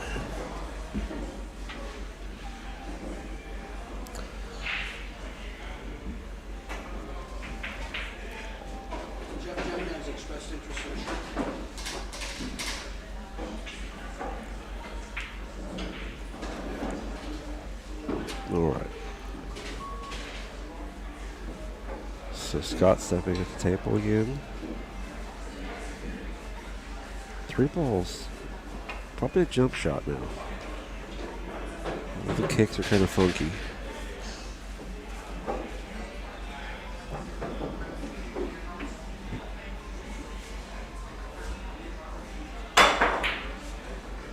Kick, he hits it. Those 3 rails. Sticks it behind the 8 ball. I don't know if he was going for that safety or not, but he got one. This is a kick all day though. No need to get your jump cue out here.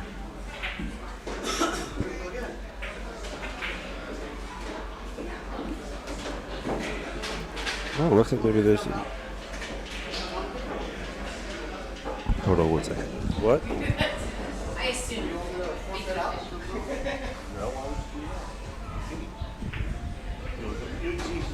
can talk if you want. You can talk if you want. Not hell no. No, okay.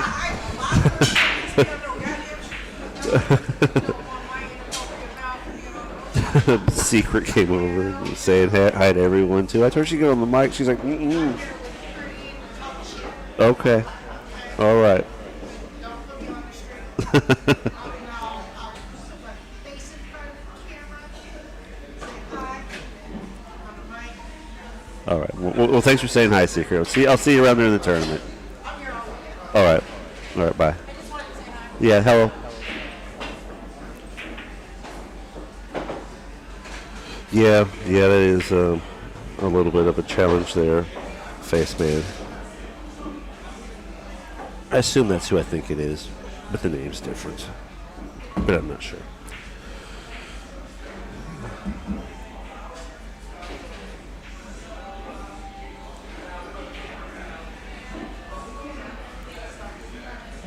Alright, so the angle he's got here, it's a little tougher.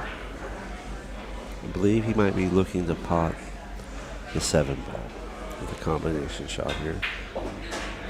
Getting the shape after this is another part of the dilemma. It's the push into it. It's a little on the thick side, but he does pot it in there nicely. But this is that situation where you make it, but what do you really get? So if he couldn't have figured that out, it might have behooved him to safety, but maybe he's going to do that here or go for a bank shot. Banks to the corner. It's wide, but it does go. Well, this could be that safe thing he's going to work on here. Maybe get it down behind the 8 ball. He went for the bank shot. Does he get a free save? He does not.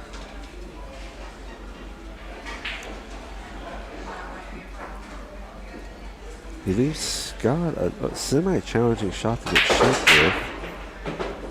However, the way Scott can kind of make the ball slip around the table, he might be able to just do something, different or exotic. But he's just going to do a bank shot. He's going to do a bank shot and see what we can get out of it for shape. Oh, I guess not. I guess I don't know what he was pointing at there, because it looked like he was pointing at that far corner bottom, top left pocket for a bank shot. He doesn't give away a free one though either, because Jordan still has to make it across the table or get a good angle for this 7 ball and be reasonable for the 8. Should be in his wheelhouse though. 506, get across table, make 2 more balls, 2 more balls. We can do that. We can champion him doing that, right, folks? I think we can.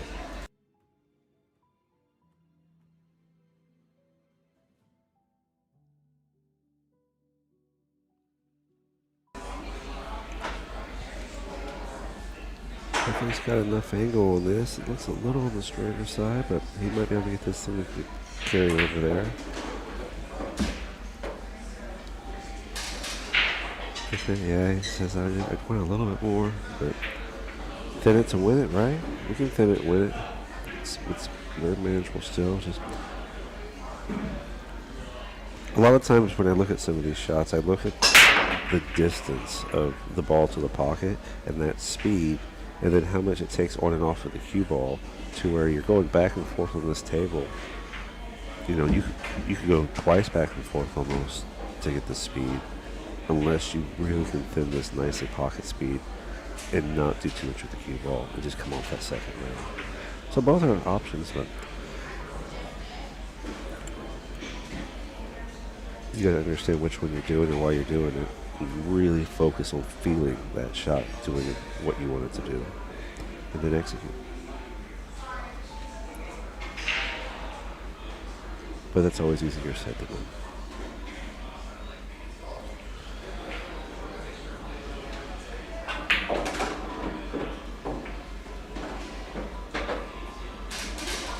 Got people standing around over here watching the stream and stuff too. You got Stan, T, and Daniel in the room. Ed Slade's around here somewhere. He was over here earlier, but he stepped away at the moment.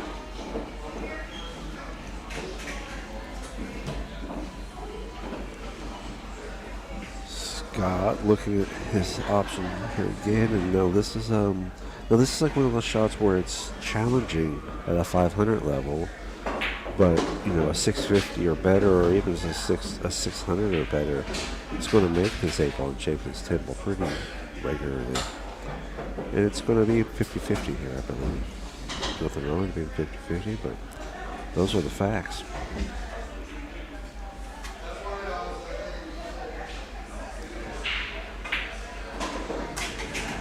My eyes like him putting the 8-ball in the top left corner pocket and then deciding how to come off one of the rails to shape the 10-ball.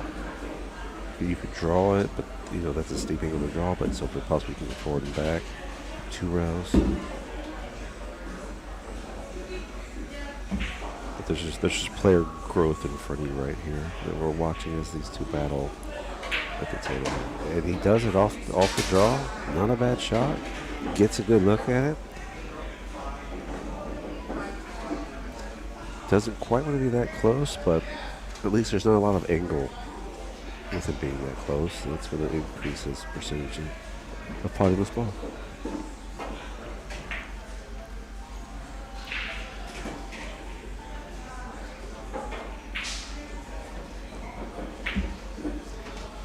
Snaps the ball at itself and makes it in the hole. Stays away from the scratch. Let's go up to the hill. Scott Walton on the hill. Jordan Hendrickson trailing by 2. It's a tough place to be right now, especially with Scott on the hill and breaking. Scott's breaks seem to be going a little better than Jordan's have been, in my opinion, from what I've seen. I think that it would help Scott a lot if he plays a really smart shot on any ball in between on the rack that doesn't give up those last 2 to 4 balls, because that's where the 10-ball rack really can hurt you, is if you don't play the right shot mid-rack. If you get shape and you keep going, then yeah, keep going. But if you get to that mid shot in the rack and you're out of shape and you're going to go for it, you got to understand whether that's a 20% shot or an 80% shot. And if it's not 70% better, you don't go for it, you say. Because if you don't get it, you likely just give up that rack. The better the player, the better those numbers might affect you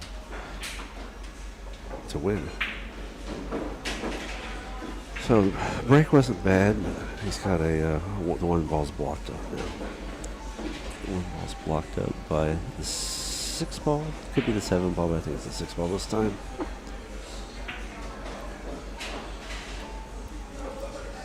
I don't think really push out needed here when we're just trying to maintain table control at this point.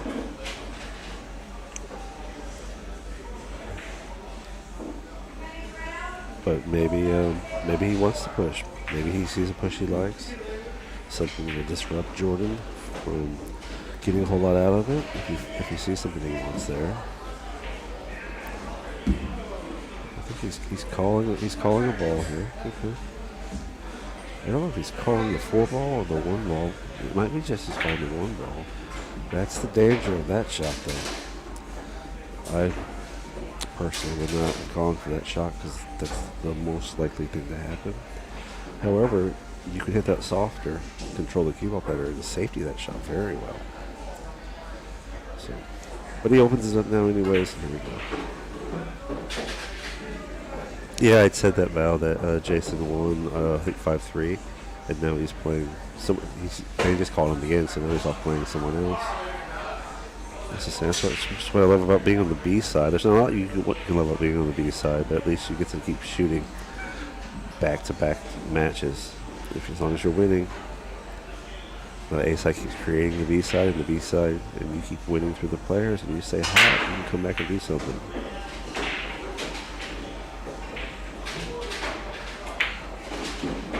Kind of jacks his shoulder up and down a little bit, but gets it back for the 2. Maybe he just really kind of let that ball slow down on its own, so he just gave it a little hook. He's going to get around for shape now, though. It's not quite as straight on the correct side of the body he wants to be on, but he's on the very manageable side. Might come off the round and reshape this. And he does. I think we would like a little better spin on that.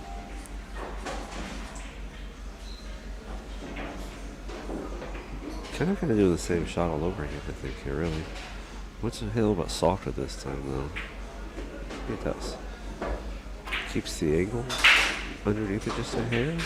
I don't mind this. I don't think he minds it either. He's going to shoot this ball a little straighter than you think, so that way the cue ball can keep a little more speed as it comes off of it. It comes off the rail and shapes. So there. 7 ball. Can't tell what angle he really has as tight for this shot down here, but we'll continue to see what he gets to on the 8 here.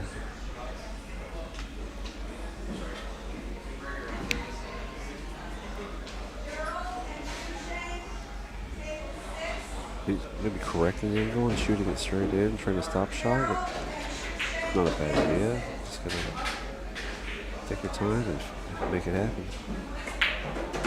No, he said I'm going to go forward.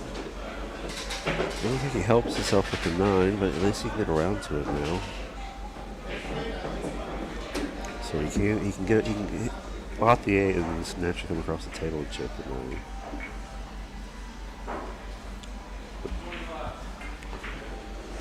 Take your time with it. Come off the rail. Control the speed. Oh, no. Just go in. Yeah. You know, I didn't want the commentator curse that one, but that was in the possibility of things to happen at that angle. You gotta understand that, and that's where you control that cue ball speed. I think if you hit that maybe a little bit thinner, kind of cheat the pocket just a little bit, it speeds up the object ball a hair, and the cue ball speeds up a bit too, and then you can just kind of correct the angle on the cue ball if you need to. Check that 9 and control that speed.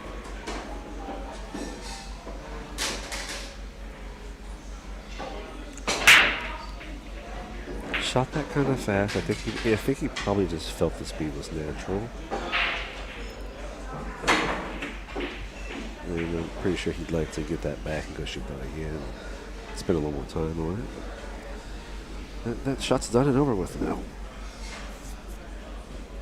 Coming to the inside edge of the spin with the outside looks like a little bottom. It's not a bad idea. Gotta hit it thin enough though.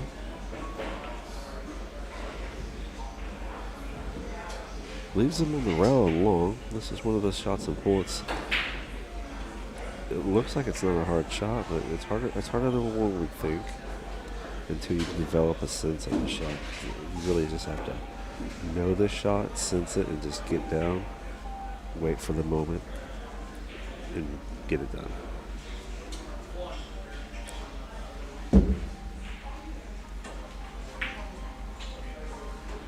But he does that well there.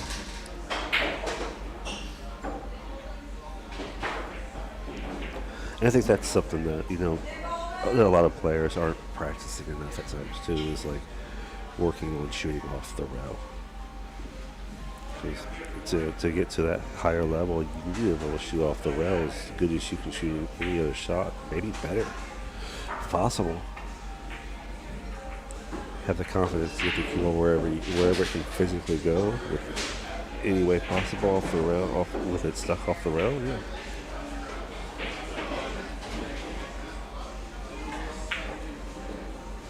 Jordan really taking his time better there. It's going down. Is it stopping? Is it stopping? Is it stopping? It does stop for him. So he gets some more points on the board.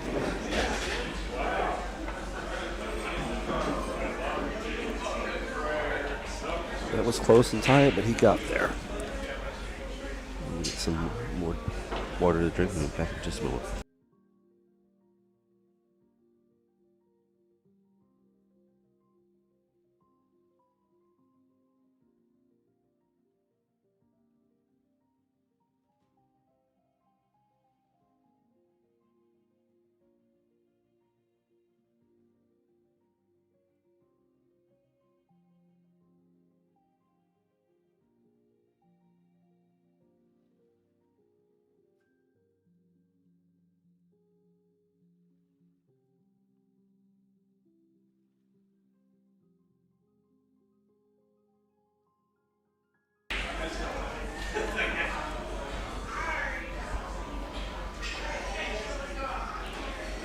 Alright, so Jordan at the table now to break.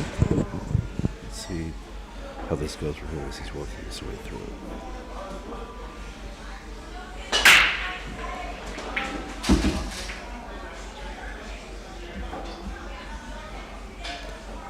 That's not a bad break.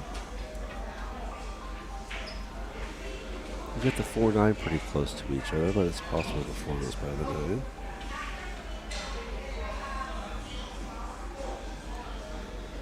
Obviously, one ball straight there. Take a look at it this way. That is the 2 ball down the table there. He has to try to get shape on.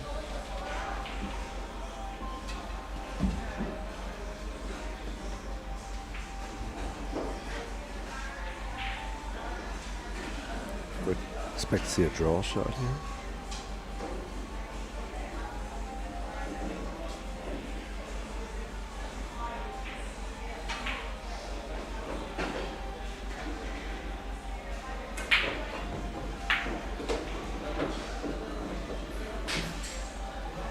I think he had a great idea. Maybe a little bit of a mechanical switch as he's finishing his stroke. That might have spun that ball out of shape.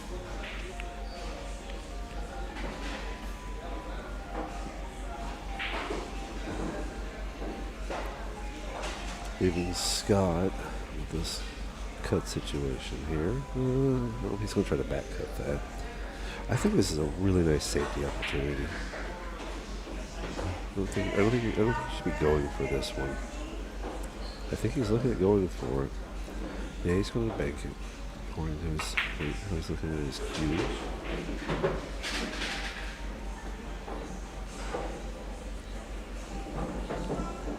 The problem with this is, making this medium percentage bank and then getting shape on the 2 with all that traffic on the table. It's just the percentages just don't math out to say you should even attempt it, especially in the 10 ball. It's that getting what you need and keeping control of it.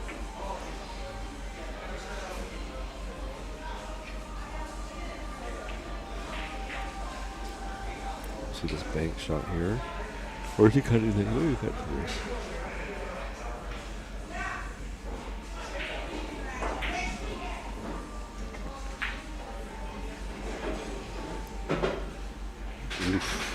Now the 10's blocked out of pocket. But that really just makes it a target ball for any other balls that are situational to pocket, that you can just run them down there and tap them on the 10 ball, drop the 10 in, spot the 10 back up, and keep shooting. Early 10s do not count, but that does count as a scratch. There's a ball in hand to Jordan. So now Jordan's got shape on the 2, and now he's got a fairly manageable table. There's a really good chance here if Jordan takes the time he was taking in those previous shots from that last rack, that he could put that extra number beside his name and make this a hill battle to get to that 5th rack. But we will not have that answer. We watch him shoot. Gets the 2 in. The way that 2 wobbled, I wonder if he didn't quite get what he wanted out of it. Now he's put himself in a tougher situation. He's calling the 3 to the 4, I think. tougher to make this bank coming in this angle. I really can come walk around, look at the other side of the table, and look backwards at this bank shot to get a feel for how wide it actually is. He might come up short.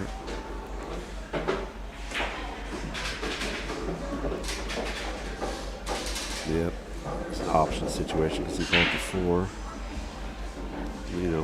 That's the thing I had to learn the hard way as well. That with those bank shots like that, especially the ones that you don't see the dead middle of as easy, walk around, look at the other side of them. You make better mental adjustments in your eyes. Get it closer to correct, if not correct. Fires that like a cannon.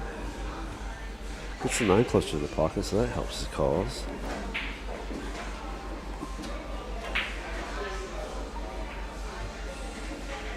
I think the 6 ball over there is real ticker here. If he calls the 10, moves the 7, yeah.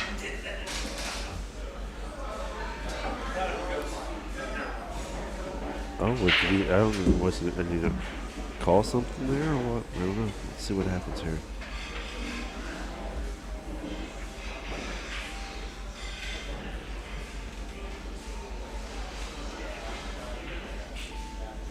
Oh, I guess he just got different key or something. All right.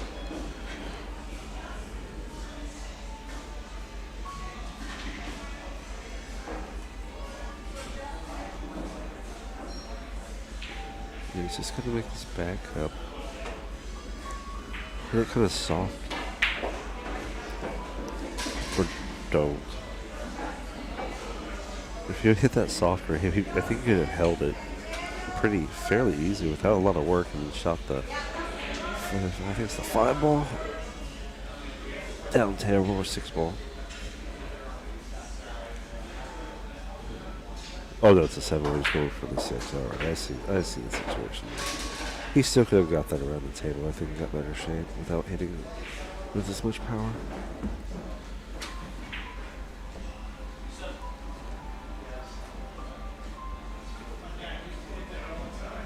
He's calling the 7 in the corner. I believe he is. Oh, he gets it off the 9. Watch out, 10 ball.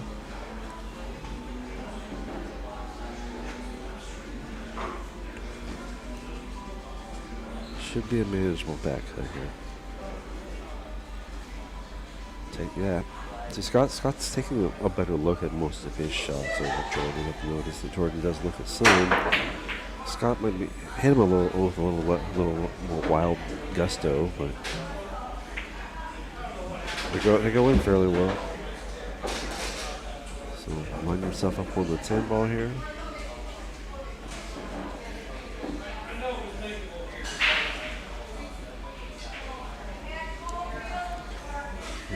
He's checking himself and making sure there's no situation there. Because every time you're over a corner pocket with an angle like this, then you're looking for, is it going to scratch? Because that's a key sign that the scratch possibility is higher as well. It depends on the arc angle of where you're at the table. But if you're over one of those corner pockets with an angle, you just gotta know to feel if there's going to be a scratch. Well, they've made it hill. So we're at the final rack here. This race to 5. Scott had a pretty good lead there, two-game lead, and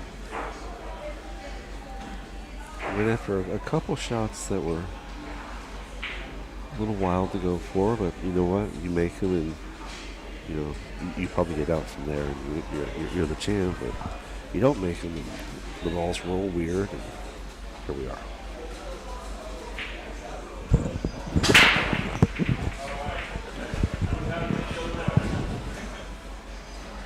So Scott Walton the break now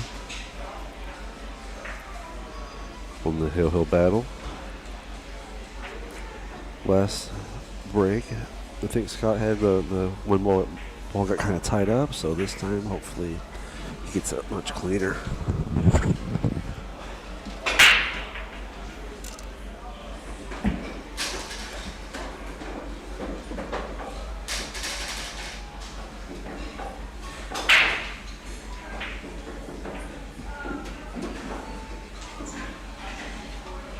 All right, so he has a look at the one. Does he bank it or does he cut it inside? I think that's the question here.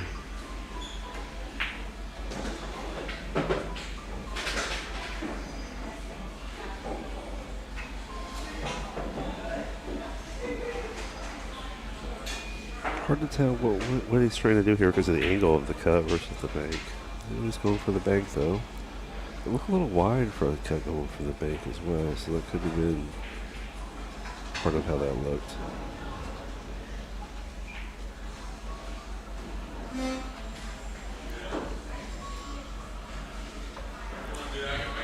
Pretty reasonable cut on the one here. See if there's see if he's got a shot in his pull shot bag to get to that 2-ball. I mean, he could always just go up table and run it into the 9 maybe, but he's probably going to try to come around and shape it, my guesstimation. And he does, look at that. That's how you pull a pull shot out of your pull bag, right? Give him something to look at. So I'm not done yet. He's got to think about that 9-ball though. Running all these balls and then getting down to the 9 and not having that figured out. It's always dangerous because it's really easy just to give that back after that.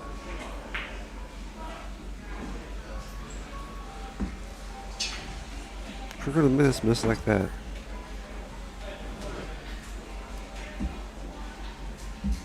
I think this is going to cause Scott just come off the rail and kick at this 2-ball. Gonna roll around the table some. See if we can shape this thing up and chip it out.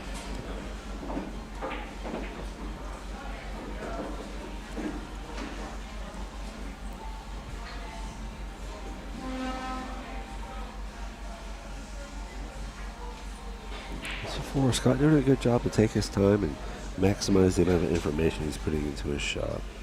You can applaud that. Oh, he's going the other way with kicking at this thing. Okay. Probably might come on the inside version of it, but both work.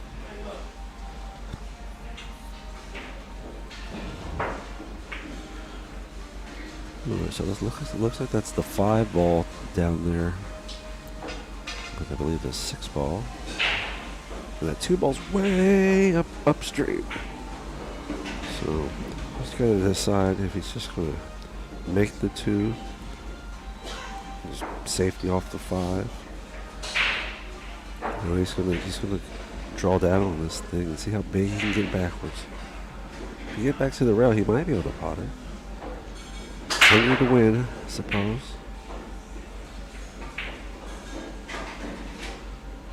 Big pause. Slow back and pow. I think I couldn't see his body there, but I think looking at the way the cue moved, what if it feels like he just didn't finish that tip as strong as he should have? I'm not saying I'm not guilty of it either. Most of us aren't, but if you can lock that tip down and get through that shot, it does very, very awesome things. But there's that whole eye and body problem where your eyes don't believe you're going to get through it all the way that way, and your body's maybe a little bit apprehensive on it as well. Nice big touch shot. Nice big touch shot.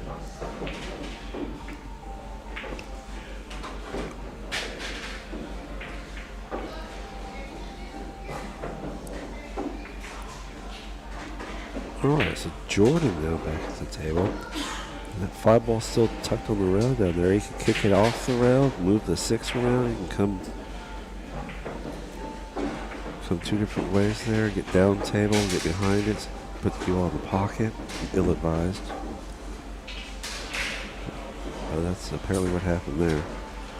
Alright, well, but it's not like he's handing a lot back, because if there's room to cut that, pinch cut that, or it goes by, then maybe there's enough from that, then the 5-ball goes by, and then You can drop the 8. If he drops the 8, though, I kind of want to leave the 5 on the table if I can. So that way I don't get stuck with wherever I am on the 7 ball. I can use the 5 to decide to continue shooting or go for a safe. Yeah, see, that's where I was talking about. You really got to know what you're doing with that shot. It's not as easy as it looks or as simple to do that. Myself as a one pocket player weekly, that's just one of those things where you start to figure all those things out, like right by those pockets, where you just know, oh, I'm just going to do this, and if I have the ball just far enough out of the pocket, the cue ball just off the rail where I have the control I need out of it, and I don't like the shape I get to the 7 ball, I can just kick the 5 ball out of the pocket, send it all the way down the other short rail, just bury the cue ball up behind the 7 ball, and go, okay, there you go. Hopefully get ball in hand out of that, and then go back and take the table control that I need to win that match, or win that game.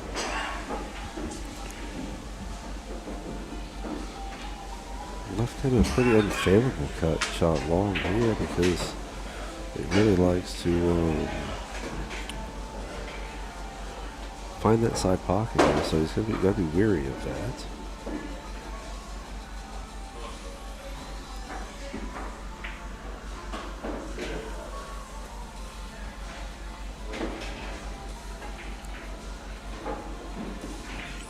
I'd just like to safety this.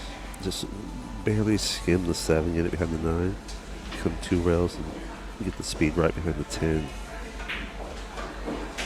And if you get it touching the edge of that 9, and any part of the 10 that you hit would help, but then you want to make sure when you're doing it so that you're not leaving a 7-9 combo as well, because if you leak out behind the 10, then you can just, your opponent can just kick in 7-9 combo. So it's not the easiest safety, but it gets weird really easily. I almost want to under-roll it in case I don't get the 7 exactly right. It's where I take away just any of those other variables I just talked about.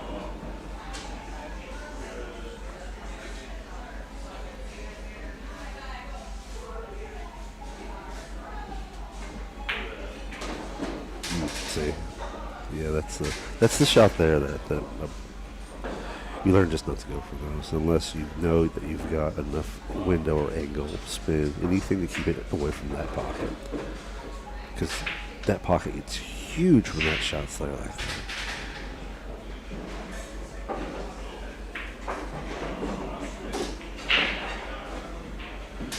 Yeah, there's no early 10s today either, so but you can use the 10 for play. As they go through the racks. You can see it a couple times where they've used the 10 for play, they spot that up, so if anyone's wondering about that. We've talked about it a few times throughout the stream. And as I just said earlier, that once this match is over here, we'll end this stream, and then change a couple little things, and then start the next stream. There's a timer on these, how long these things can be on YouTube. So we like to stay safely within that zone. All right, so Scott doing his part there, and then we will end this one here with a little bit touch early.